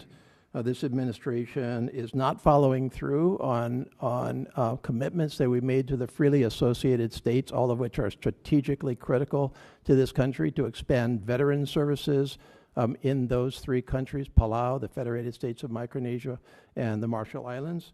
This administration appears to be slow walking the resurgence and expansion of the Peace Corps throughout the Indo-Pacific. Do you think that that will affect your job in the military space with your relationships with those countries?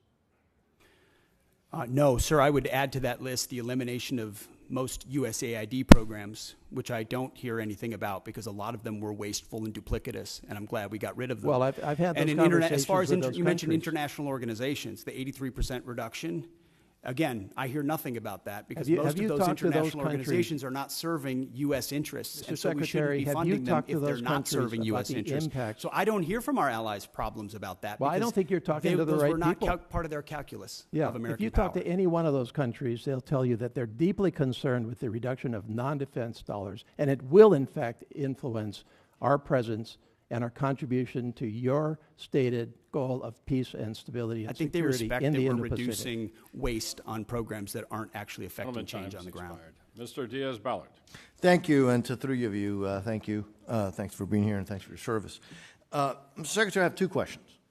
First one is, and you mentioned recruitment at the beginning. During the last 4 years, we got used to just hearing how the recruitment was not doing well, and it was just the new reality. And then all of a sudden, that reality has changed. If you can comment on why that reality is, I think a lot of us know, but if you could talk to us a little bit about this new reality, which you don't hear much about in the press, about how that has changed dramatically. Question number one. Question number two is, a number of years ago, Southcom was moved from Panama to South Florida. There's a lot of reasons for that move. It was to get it because it was in close proximity with others like GIAF South, Special Operations Command South and Homestead, Joint Task Force Guantanamo, the Joint Task Force Bravo in Honduras, the U.S. Coast Guard 7th District, which is the busiest district in the entire country, but also because in South Florida you have this multicultural, multilingual community, and as you know, Southcom deals with multiple countries, 40 different languages, and so it was not just a cost savings potentially, but it was also made a lot of sense. I believe that continues to be the case. Nothing has changed. If anything, what's changed is that the Western Hemisphere has gotten a lot more dangerous. And obviously we have Iranian influence, Russian influence, Chinese influence. I'm very grateful, Mr. Secretary, I don't know how much you had to do with that, of the President's change in attitude on no longer appeasing enemies of the United States in the Southern Hemisphere, whether it's Venezuela or Cuba. But again, there goes the importance of having Southcom where it is. And I just would like your thoughts, if you've had an opportunity to look at that, because it was moved from Panama. It just wasn't in South Florida for the heck of it. It was a decision made. It was the right decision. It's proven to be the right decision. So, two questions. If you can answer them, I'd love to hear it. Well, sir, thank you for the question about recruiting. What changed is a commander-in-chief that America's young people believe in. President Trump was elected in November, inaugurated in January, and at first I called it the Trump bump. But then it became clear that's not enough. This is a tsunami of support amongst young Americans who want to serve under a president who they know has their back, who will fund them properly, who will not use them unnecessarily, and will make sure they are part of deterrence for the country with a focus, first and foremost, on the homeland, then deterring strengths and making sure our allies step up and carry more of the burden.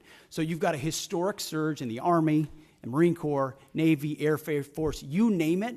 Americans are responding because the president says a new spirit. And he's right, and you can feel it in the ranks. You go out to formations, you talk to men and women on the border, they believe in what they're doing in securing that southern border. You talk to them across the world, they're enthused about this new administration and its leadership. So it's President Trump, sir. And then as far as Southcom, it is President Trump's focus on our hemisphere has in many ways reinvigorated the mission of Southcom and the recognition of securing American interests, but also pushing back Chinese malign influence. Panama is a great example of that, but across Central and South America. So Southcom is right where it is. We're grateful for the great work that they do. I've had an opportunity to spend a lot of time with them and their commander, and we work by, with, and through a lot of allies. Mr. Secretary, I'm a little confused. Are you telling me that the folks that are now voting with their commitment to the country are not upset that they're not able to use different pronouns? Is that not a priority for the folks that are now signing up for our military? Well, sir, if they wanted to get a woke indoctrination, they could just go to college.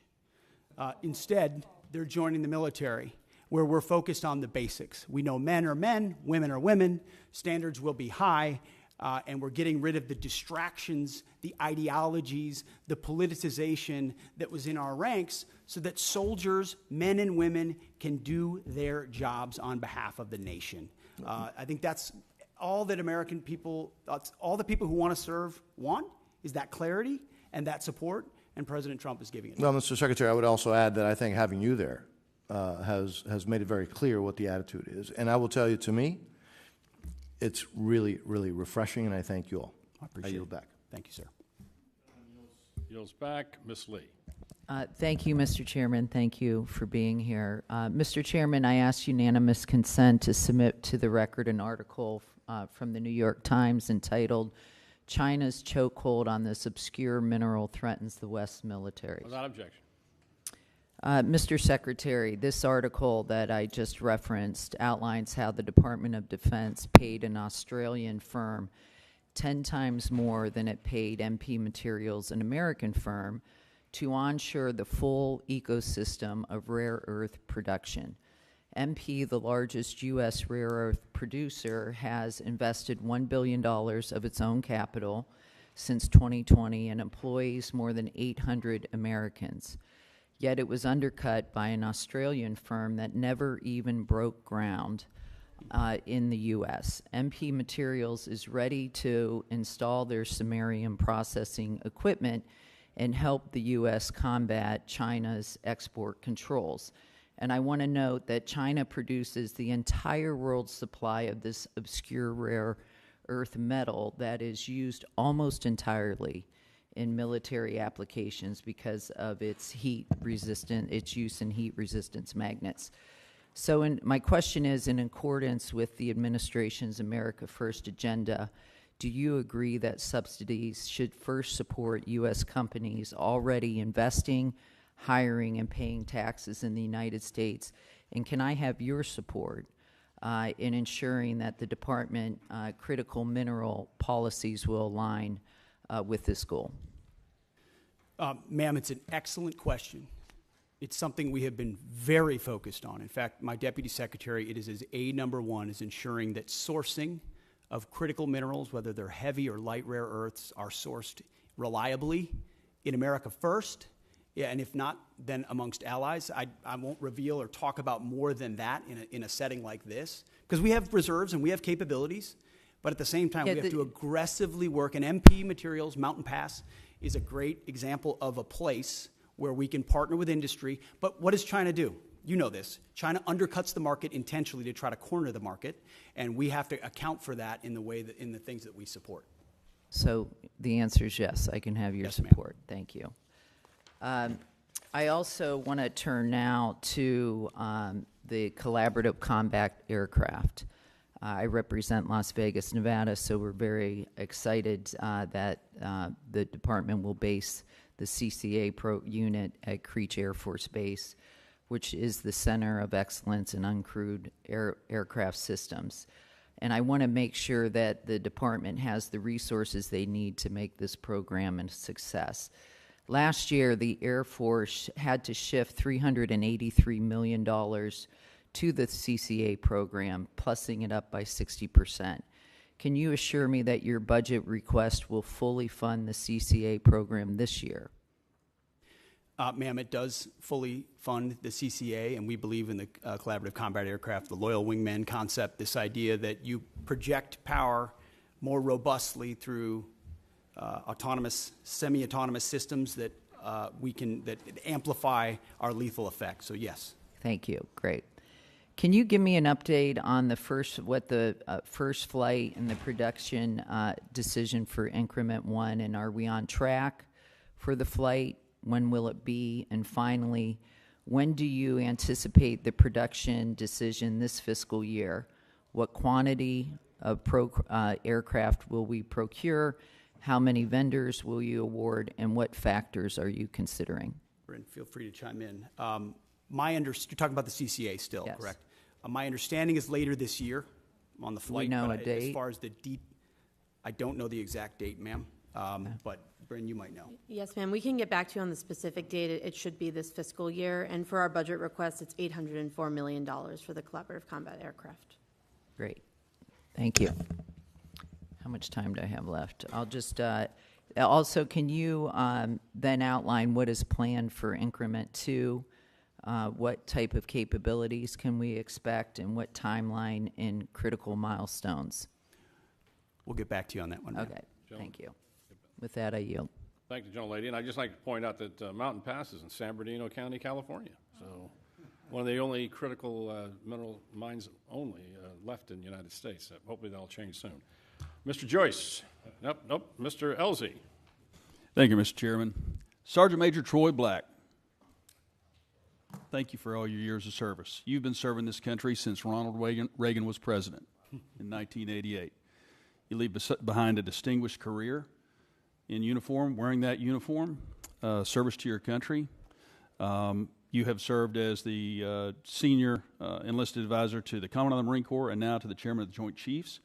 And I think, but what will be most missed, if you didn't know this about him, in 2010, he received the Bronze Star with a Combat V for running across several hundred yards of mine-in-placed fields to pick up a fallen Marine. You're a Marine's Marine. You will be missed. You are the pride of Louisville, Kentucky. And I'd like to say, on behalf of this committee and our nation, we're grateful, and fair winds and following seas.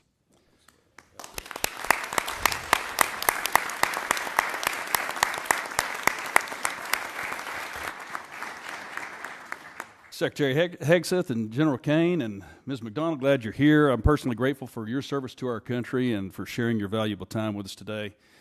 Raising you bring a non-traditional perspective to your tenure as chairman, having been a guardsman and an entrepreneur. Thank you for saying yes once again when called to serve, and also distinguished Flying Cross and 2 Bronze Stars. You didn't get that by sitting behind a desk. You were a fighter pilot's fighter pilot. You helped the plan to bring down Scuds in 2003. So thank you for your service. And Mr. Secretary, I want to salute you for your leadership and action-oriented approach at the Pentagon. You've created a sense of urgency that General Kane refers to in his testimony, and back to the issue of what we're not talking about today, and it's recruitment. Because in this family business, all volunteer force of ours, parents and their children who want to serve our country are now no longer afraid to sign up for fear of them being misused or not having their merit being rewarded appropriately. So thank you. You've also highlighted our service academies in that effort. Mr. Womack and I both serve on the boards of visitors at West Point and the Naval Academy, so thank you. I also appreciate your guidance on using commercial solutions in acquisition and on reducing the inflation that we have seen in the numbers of flag and general officers. And I think we can make the Pentagon a triangle pretty quick. There are more Navy admirals in the various systems commands than there are in the fleet. That's too many flags in D.C. and not enough at the waterfront or on the flight line. But speaking of acquisition, I want to turn to the plans of a 6th-generation fighter. General Kane, in his prepared statement, states that the F-47 will continue to ensure U.S. air dominance for decades. I'm a fervent supporter of not only F-47, but whatever the FAXX is going to turn out to be. And I want to make that clear to everyone listening. Our Navy, our Joint Force, and our future combatant commanders need the Navy's 6th-generation fighter, the FAXX. Relying only on the Air Force's 6th-generation fighter does not solve our air superiority challenge, because whether they're coming from Guam or Diego Garcia, the DIMPs are already set and the missiles are already guided. It's a non-moving target. An aircraft carrier moves its DIMP every 30 seconds. So we can't do either of those with only the Air Force's plan by. So we either want to win or we don't, and I know we want to win. We have to do it with the FAXX. And a 3-year delay is a de facto cancellation and a win for China, and they are watching. And don't take my word for it. They're conducting unrestricted warfare against us right now. And if you read the 36 guidelines from the 6th century, and they talk about how do you defeat an enemy, or Sun Tzu, you defeat them at home with fentanyl, by taking out our military members before they can even join, 70,000 a year. They are being successful in how they're doing unrestricted warfare, and that's exactly what they're conducting. They're also showing us their 6th-generation aircraft right now, and there's at least 3 that we know they're working on. We can't give the field to them and say 5th generation is okay for the Navy, but it's not for the Air Force. We must have both. So several well-informed, well-respected leaders shared with us the importance of having both the Air Force and the Navy 6th-generation fighters, Admiral Paparo, General Alvin, and Admiral Kilby acting CNO. I'm not going to put you all on the spot, but I just want to make it clear. If you'd like to address it, you may. I'm just putting it that it's that important to me. So what troubles me about the Pentagon needing to be a triangle now is that one of my favorite movies is Office Space. Remember Milton? Milton down there with the swing line. We're not really sure what he did, but he sure made a lot of trouble for everybody. I think we have a lot of Miltons in the systems commands and down there in the Pentagon, maybe at Cape, who are telling you that we can't do something when we absolutely can, they need to go. So let's get rid of the Milton. Let's invest in this generational investment. I'd like to thank Chairman Calvert,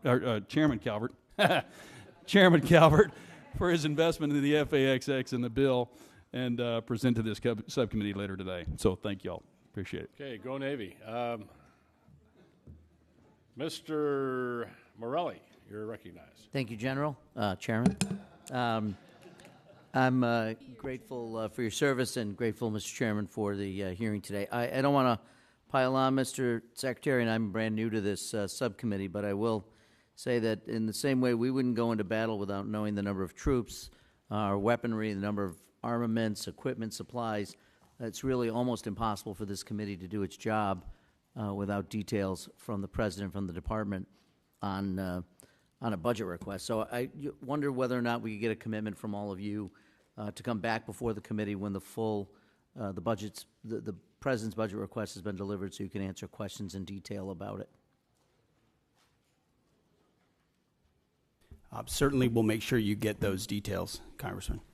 Well, getting the details is important, but also being able to answer questions about those details and what they mean, I think would be helpful. So obviously, this is the chairman's decision, but I would ask you to consider coming back before the committee when the President's budget request is submitted to us, so we could get your sense of the various items in it. I want to go back to a topic I think Ms. Capter raised, which is Ukraine, and I really appreciate your comment that when you referred to partners on our side like Ukraine, so I'm glad we still consider them partners on our side. Last week, the Ukraine Defense Contact Group met in Brussels. I know we did not attend, you did not attend, and I don't believe you appeared even remotely, but that was a meeting in which allies coordinated billions in aid to help Ukraine. We're talking about funding right now without a budget, without a plan to sustain U.S. support in what I consider the most serious conflict in Europe in a generation. So can you at least give us a sense, Mr. Secretary, of the presidential drawdown aid authorized through January 20th? Do you know how much has actually been delivered? Which PDA? Just the presidential authority that was given through January 20th when the new administration took over. PDA 71 through 74, and there's a 75th, which has not been allocated, and we're in the middle of drawdown 71 through 74. Okay, and do you have a sense of the how much has actually been delivered? I don't know the exact amount that has been delivered, but we're actively monitoring it as well as the lifespan of certain munitions, what munitions remain critical for us, critical for them, critical for allies like Israel. We're paying very close attention to that. Okay, and you can give us a detailed. Thank you. Do you know whether the department or the president is prepared to ask for funding for the Ukraine Security Assistance Initiative, and at what level? It is a reduction in this budget. As you know, this administration takes a very different view of that conflict. We believe a negotiated peaceful settlement is in the best interest of both parties and our nation's interests, especially with all the competing interests around the globe. I don't think the word victory has been well defined or the path to it. And as a result, a path to peace that stops the killing and the carnage is something that President Trump is very invested in. Well, look, I would certainly, I think I would define victory as making sure incursions, illegal incursions by the Russian Federation into Ukraine, which is a sovereign nation, would be a victory, but I'll leave that aside. I want to just touch briefly on, with the limited time I have, the President's announced $175 billion Golden Dome. It's been talked about. I know that what has been talked about, we understand that reconciliation includes a $25 billion down payment. We haven't really received much in clarity on the specifics. Can you tell me what the $25 billion will be used for? Excuse me. There are many specifics that are not fitting for this setting. We're happy to get you at the appropriate level the specifics you request. But what we've done is we've built out the entire understanding of what the architecture would look like, ensuring it includes existing capabilities that can be fielded rapidly. As President Trump has made the case, we need this now, not conceptually in the future. You know, we had SDI under Ronald Reagan, which was a concept. We've Fast forward to the ability to deliver these things, and the American people deserve that kind of protection. So multiple layers for multiple different types of threats, coordinated with sensors, both on the ground and in space at other layers.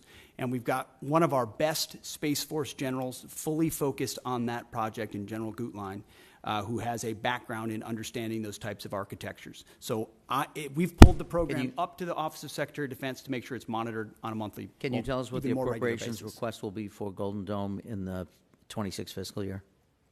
Well, the gentleman gets... Go ahead, Bren, excuse me, Ms. McDonald, you can get back to us on that and for the record, and we would appreciate that. Mr. Fleischman, you're recognized. Thank you, Mr. Chairman. Want to welcome Secretary Hegseth, General Kane, and Mrs. McDonald. Thank you. This has been an outstanding hearing. Let me just say this. The world is a dangerous place. The nation is a dangerous place. Heartfelt thank you to each and every one of you officers stepping up and for doing an exemplary job. Thank you so much. As most of you know, I represent the 3rd District of Tennessee. That's the Great Oak Ridge Reservation, birthplace of the Manhattan Project. In addition to serving on this prestigious subcommittee, I'm the chairman of the Energy and Water Subcommittee, which has the NNSA. I'm deeply involved in the recapitalization and modernization of our nation's nuclear deterrent. It will come as no surprise I have concerns about both our progress and posture.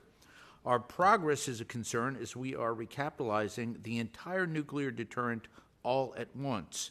Meanwhile, Russia has recapitalized its triad minus some bombers, and China is rapidly expanding its numbers and fielding a triad. Of course, there's also North Korea and the looming prospect of a nuclear Iran. As we focus more on the Pacific, our post-Cold War posture is a concern due to the lack of in-theater non-strategic nuclear weapons. This creates a deeply worrying capability gap in the most critical theater. I'll ask my questions and ask for your answers in.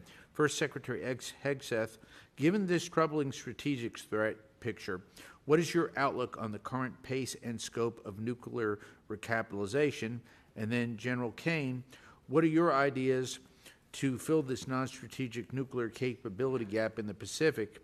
Are there any ways Congress can better support the Department's efforts to meet these increasingly tight deadlines? And I'll listen to your responses. Thank you. Sir, thank you.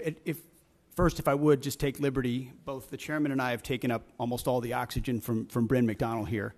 And I would just take issue with the characterization that we have not delivered a budget and we don't have details and we're not delivering on it. She and her team have done a fantastic job of working as rapidly and as detailed as possible to deliver what we feel very confidently is a robust, detailed delivery of the President's agenda for FY26. So, Bryn, thank you for the work that you're doing and all the details and focus on that have come through. And that the nuclear triad is certainly a part of it. NC3, every single aspect of that.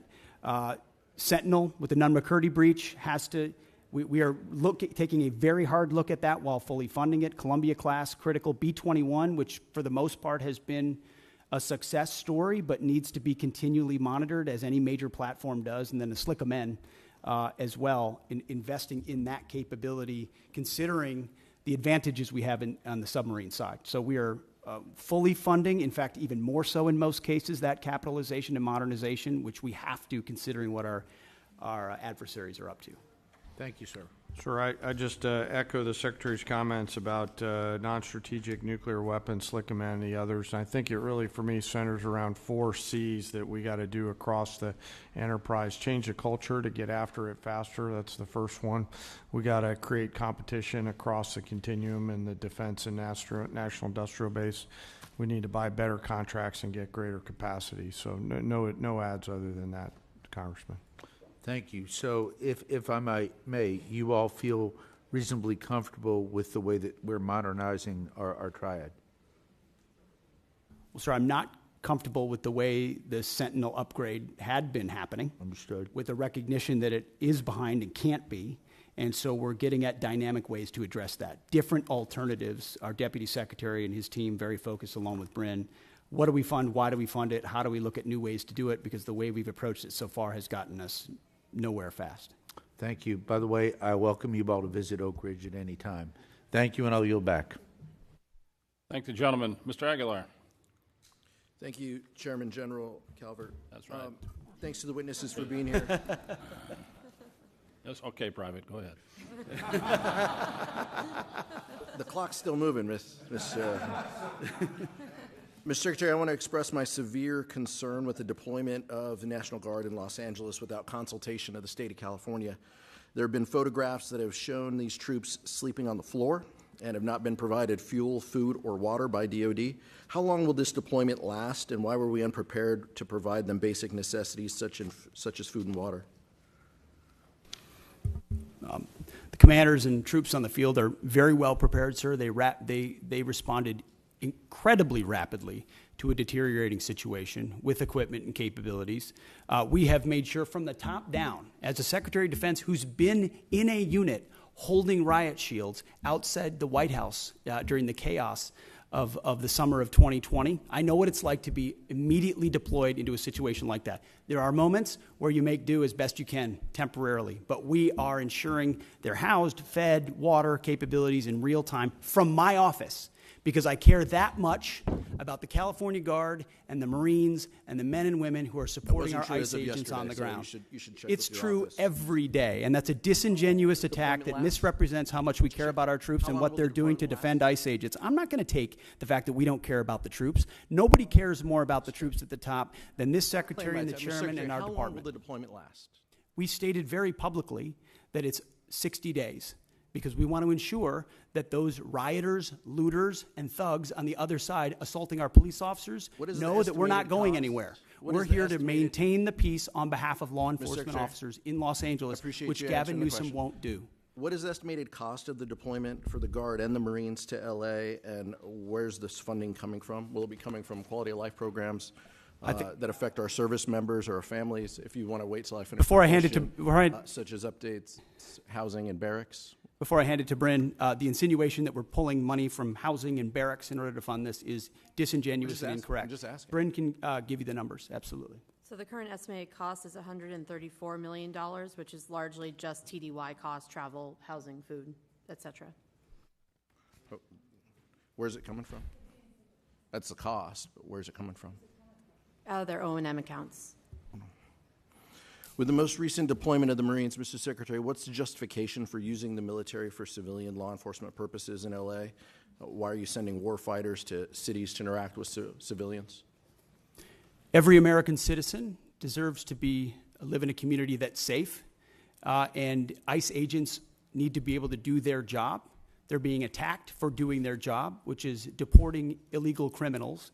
That should happen in any city, Minneapolis or Los Angeles. And if they're attacked, that's lawless, and President Trump believes in law and order. So he has every authority, and he has done mobilizing National Guard or active duty troops under U.S. code to protect federal agents in their job, which is exactly what we're doing, and we're proud to do it. We're proud to do it. 10 U.S.C. of the U.S. Code 12406 as a legal basis that the President used cites 3 examples and circumstances for the Guard: invasion by a foreign nation, rebellion or dangerous rebellion against the authority of the government of the United States, or the President is unable with regular forces to execute the laws of the United States. Which authority is triggered here to justify the use? I don't know. You just read it yourself, and people can listen themselves, but it sounds like all 3 to me. If you've got millions of illegals and you don't know where they're coming from, they're waving flags from foreign countries and assaulting police officers and law enforcement officers, that's the problem. The laws of the United States? No, the governor of California is unable to execute the laws of the United States. The President, you said all 3 governor apply. of the California has failed to protect his people, along with the mayor of Los Angeles, and so President Trump has said he will protect our agents, and our Guard and Marines are proud to do it. The law also says, Mr. Secretary, that the orders for these purposes shall be issued through governors of the states. You and I both know that President Trump has all the authorities necessary, and thankfully he's willing to do it on behalf of the citizens of Los Angeles, on behalf of our ICE agents, and behalf of our country. We've also pulled $1 billion for the border as well. So this just goes into the same fund, 134. What did Congressman, what's the 134 million? I was asking Ms. McDonald. Okay. 134 million goes on top of the billion that's been pulled for the So board? the funding that was pulled for this year was largely in FSRM, and in this budget, we're actually looking to plus that funding back up to backfill that for our troops and for their families. Thank you. Thank you, Mr. Chairman. Thank the gentleman. Mr. Valadeo. Thank you, Chairman. Thank you, Secretary. Thank you, General. Thank you, Ms. McDonald, for being here. I know a lot of things have been asked already, and since I'm the bottom of the totem pole on seniority here, all my questions get asked first, so I'll hit one that's a little closer to home for me. Secretary Hegseth, thank you for addressing the challenges military families have faced under the Global Households Good contract. I've heard directly from my constituents about these issues, so I appreciate your I've heard directly from my constituents, so I appreciate your directive to review the contract and raise rates during peak PCS season. Can you commit to continuing to work with us to monitor the impact and make further improvements as needed? Sir, I appreciate the question. We heard as well the worsening PCS change of station process that military members are facing, that the new attempt to reform it had failed. And we got that word quickly. And when we did that, we didn't try to excuse it away or cover it up. We immediately confronted the process. We fired the person in charge. And we said, we're going to, in this peak season, plus up the amount we reimburse so that families are reimbursed properly. And we use both systems, the legacy system and the new system, to ensure their needs are actually met. At the end of that process, we will then do a thorough reform of how it actually happens. It hasn't worked for far too long. Everybody knows it. It's about time we take a look at the process. I mean, think about the things we can deliver in real time to people in far-flung places across the country and across the world. And you can't reliably move an E4 from California to New York and ensure that the goods get there within a week. That's a failure of the United States military, and we're going to fix it. I appreciate that. Next question, Secretary Hegseth. With rising tensions involving Russia and China, what steps is the department taking to ensure our defense industrial base can meet surge demands across multiple theaters? Are we seeing adequate investments in munition stockpiles, logistics, and supply chain resilience, in particular when it comes to critical inputs like rare earths and other essential minerals? I would just echo exactly what you said. It's because of the urgency of the moment, the reality of the threats we face, the threats that are joining forces in a sort of an anti-American, anti-Western bloc, are developing capabilities that they're fielding and trying in other theaters to refine them. The munitions that we have, where we use them, how we procure them, and what we use them for, the supply chain that goes into the materials on those munitions. Unfortunately, we inherited a department that didn't pay enough attention to that seemed to think sourcing from adversaries was going to be okay in a time of contingency or crisis. We are changing that. Or content to make the same munitions we've had in the past because, well, they were made in somebody's district or they were made in somebody's state, and that's the way we always do it. We're not doing that anymore. We're making the tough calls based on the threats we face, matching it to the capabilities, and I'm happy to sit in front of every and any committee and explain why we're doing it, because it's about time. It's about time we challenge that, and that doesn't mean we don't want input. We do want input. We know why people are invested in certain programs and certain systems, but it's our job to make the tough calls, and President Trump has asked us to do that. I'm willing to make the tough calls, whether it's on personnel, systems, platforms, modernization, and partner with folks like General Kane and the Joint Staff who've been with us in every step of the way. I appreciate that. So we got a little more time. So Secretary Hegseth, as the department looks to stay ahead of near-peer threats, will the defense budget continue to invest in hypersonic weapons and defense systems, including unmanned, high Mach, and next-gen aviation technologies? The answer is yes. In a way, unfortunately, the previous administration did not. So if you're looking at long-range fires, autonomous systems, hypersonics are part of warfare of the long-range drones, a part of the warfare of the future. That means we're investing in them to be better than our adversaries. Not accept the fact that we have matching capabilities, but what more can we do to enhance those so we're ahead of the curve? Because when President Trump says we have the best platforms, the best systems, the best fighters, the best ships, the best vehicles, he means it, and we mean business on it, and we're going to deliver it. All right, thank you. And I've got 30 seconds. So, General Kane, if Congress had $1 extra to invest today most effectively to strengthen our deterrence posture against China, Russia, and threats in the Middle East, where should it go? 20 seconds. Wow, I'm gonna take 19 of those, Congressman. Probably in munitions. I don't know how much we'd buy for $1, but I'd want to make sure that the joint force is properly armed at scale at the tactical edge, and the youngsters that volunteer to serve have what they need. I appreciate that. Thank you, Chairman. I yield back. Thank the gentleman. Mr. Joyce. There we go. Thank you, Chairman. Secretary, everybody, I appreciate we had to go out to other, you wouldn't believe this, but there are other hearings taking place. So I went over to bug Secretary Turner and now came back. So it's your turn. Secretary Hegseth, your April 30th memo on Army transportation and acquisition reform directs the Army to expand prepositioned stocks of equipment to the Indo-Pacific. I expect we would need to enhance our industrial base capacity to support this effort. Can you discuss the importance of increasing prepositioned stocks in the Indo-Pacific and how this affects the Army's resources for FY26?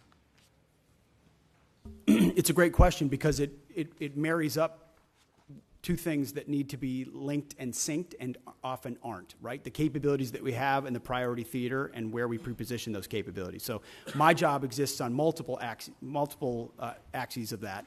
One is working with allies and partners to make sure we have places to preposition them, many of which we can't talk about here today. But in the event of a contingency, we can't be relying on a supply chain that reaches all the way back to the States or even to Hawaii or even to Guam. You need to recognize the prepositioning of stocks. But then you have to have those stocks, and they have to be the relevant ones for the systems that you're deploying, and you need a defense industrial base to deliver on that, which is why we've made historic investments in munitions, focusing on priority munitions that would be applied in our priority theater, with a recognition that every munition we spend somewhere else, and I say that as someone who, very proudly, we conducted a very successful freedom of navigation campaign against the Houthis to ensure that our ships don't, and by the way, 2 of our ships transited the BAM successfully, and the ceasefire held very recently. So doesn't mean you don't expend munitions, you judiciously expend them with an understanding that you have to safeguard others for future fights and prepositioning, and then invest in your industrial base. And I think that's why you see a budget with a 13% increase. 13% increase in a defense budget is significant and allows us to both invest in the president's priorities and fast-track munitions that we're going to need. For a guy chairing a committee that has to cut his by 57%, I can tell you getting a plus 13 is a lucky day. Chairman Kane, our forces face growing challenges sustaining operations across contested environments, particularly in the Indo-Pacific. China is investing in capabilities designed to disrupt supply lines, access to forward operating bases, and target critical logistic nodes. What steps are you taking to strengthen contested logistics capabilities, and what investments can Congress make to ensure that you have operational resilience? Well, Congressman, thanks for the question. You know, history tells us that the professionals talk about logistics, and that's what was the big differentiator between us and our adversaries in World War II, is really the logistics power.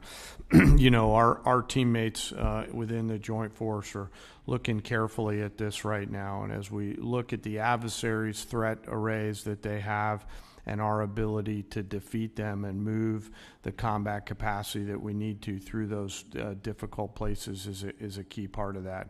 I don't have a specific number for you, but what I'll commit is, as we think through what contested logistics looks like, as we think through what forward supply points on the first and second island chain might look like, we'll stay close with the committee to make sure that we're communicating early, often, and always about what our needs are. I certainly appreciate that, and I throw out that having a small Air Force Reserve airport in Youngstown, Ohio area. Some great C-130Js up there, Thank Congressman. You. Yeah, appreciate the help on our fire department for the new inventory we got. But the old stuff we had there, you had maybe 8 planes. You were cannibalizing 3 to feed the 5 because we didn't have parts in storage and those type of things. And I think that's has played out in other areas for us as well. And we need to not only make sure we have the manufacturing industrial base, but we also have the ability to have the parts and inventory on to keep all those things online, or we have to remove them from Yes, service. sir. I know General Alvin and the team at the Air Force is looking hard at that too, to make sure that we've got the right stuff on the shelf prior to that we need, not just in the C-130 community, but the other airframes within the Air Force, and frankly the Joint Force. Parts are always going to be a driver, and I'm really encouraged by the innovation that's happening to look at things like additive manufacturing, where we get a hold of the specs from companies like Lockheed and others and can just 3D print right on the spot of the requirement. Those have to be in any procurement you do from now on. Yes, sir. I think so, sir. It's, the force of the future will fix on the spot, so they'll need to be able to have the parts right there. And as we look at mission command and delegating authorities and responsibilities to our younger commanders and complex command and control problems, part of that is going to be the ability to sustain our force out there at the edge. Thank you very much, General. Yes, sir. I yield back. And thinking of logistics, it made me think General Marshall, who went out in the 30s and met with a young lieutenant colonel, and said it's the best logistics officer I've ever met. And that was General Eisenhower. 3 years later, he was a 4-star general. So wars, logistics are important. Mr. Anderholt, you're recognized. Thank you. Thank you, Mr. Chairman, and thanks everyone for being here today, this morning. And as we wrap up the hearing today, let me say the Golden Dome Initiative represents, in my opinion, a substantial investment in our national security, and I credit this administration in pursuing this bold project, and I share your ambition for it. So thank you for moving forward on that. I want to follow up with from my colleague from New York. The President has said that he has chosen an option that will total $175 billion. Can you confirm that number, and when do you hope to make this system of systems operational?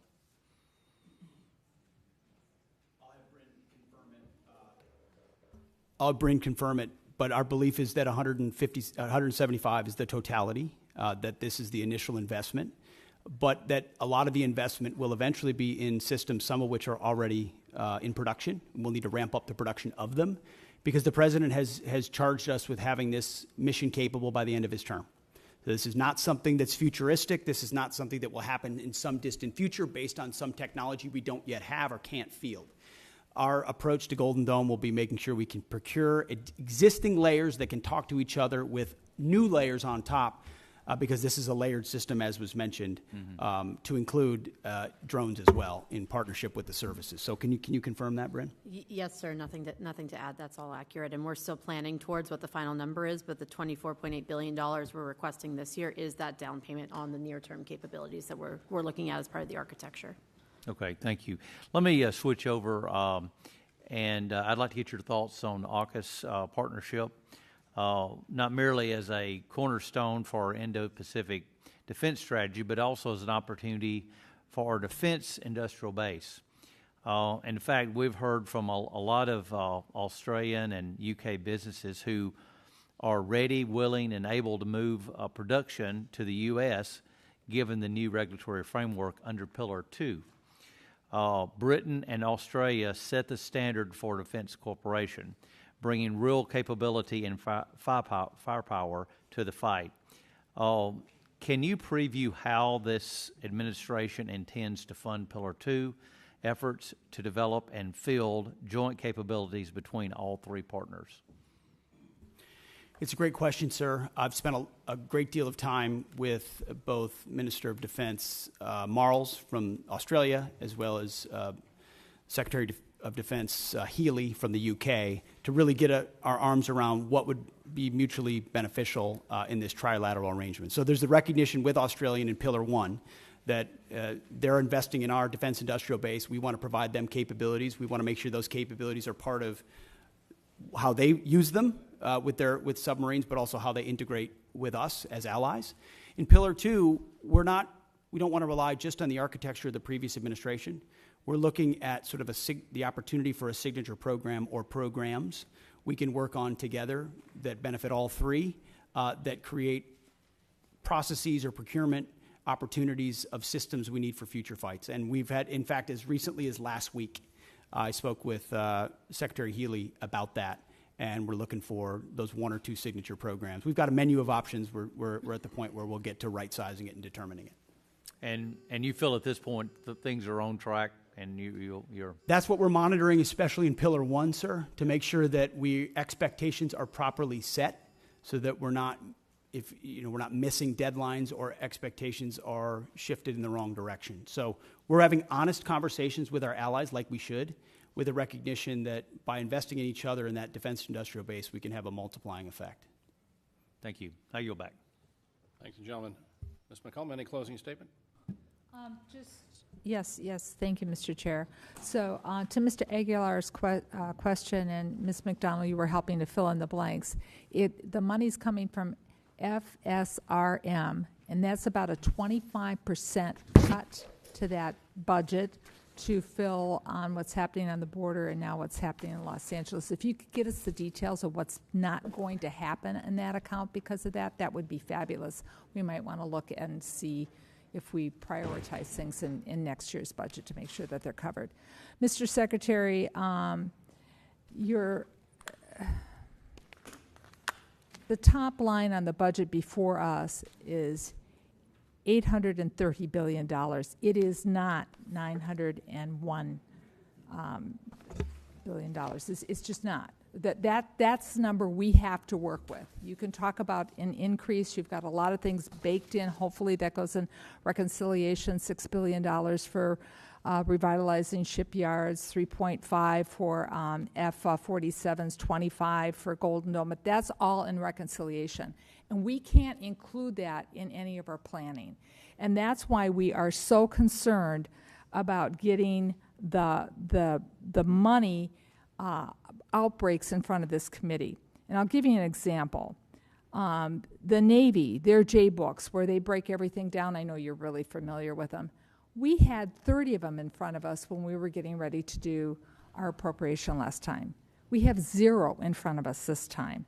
So, Mr. Secretary, I believe, honestly believe you want to provide the information, but time is of the essence because this committee wants to do its best work together, both Democrats and Republicans, to make sure the women who serve in our armed forces have the equipment that they need to do the missions that they're assigned to and come home safely because we honor their service and their commitment. Get us the information. Thank you, Mr. Secretary.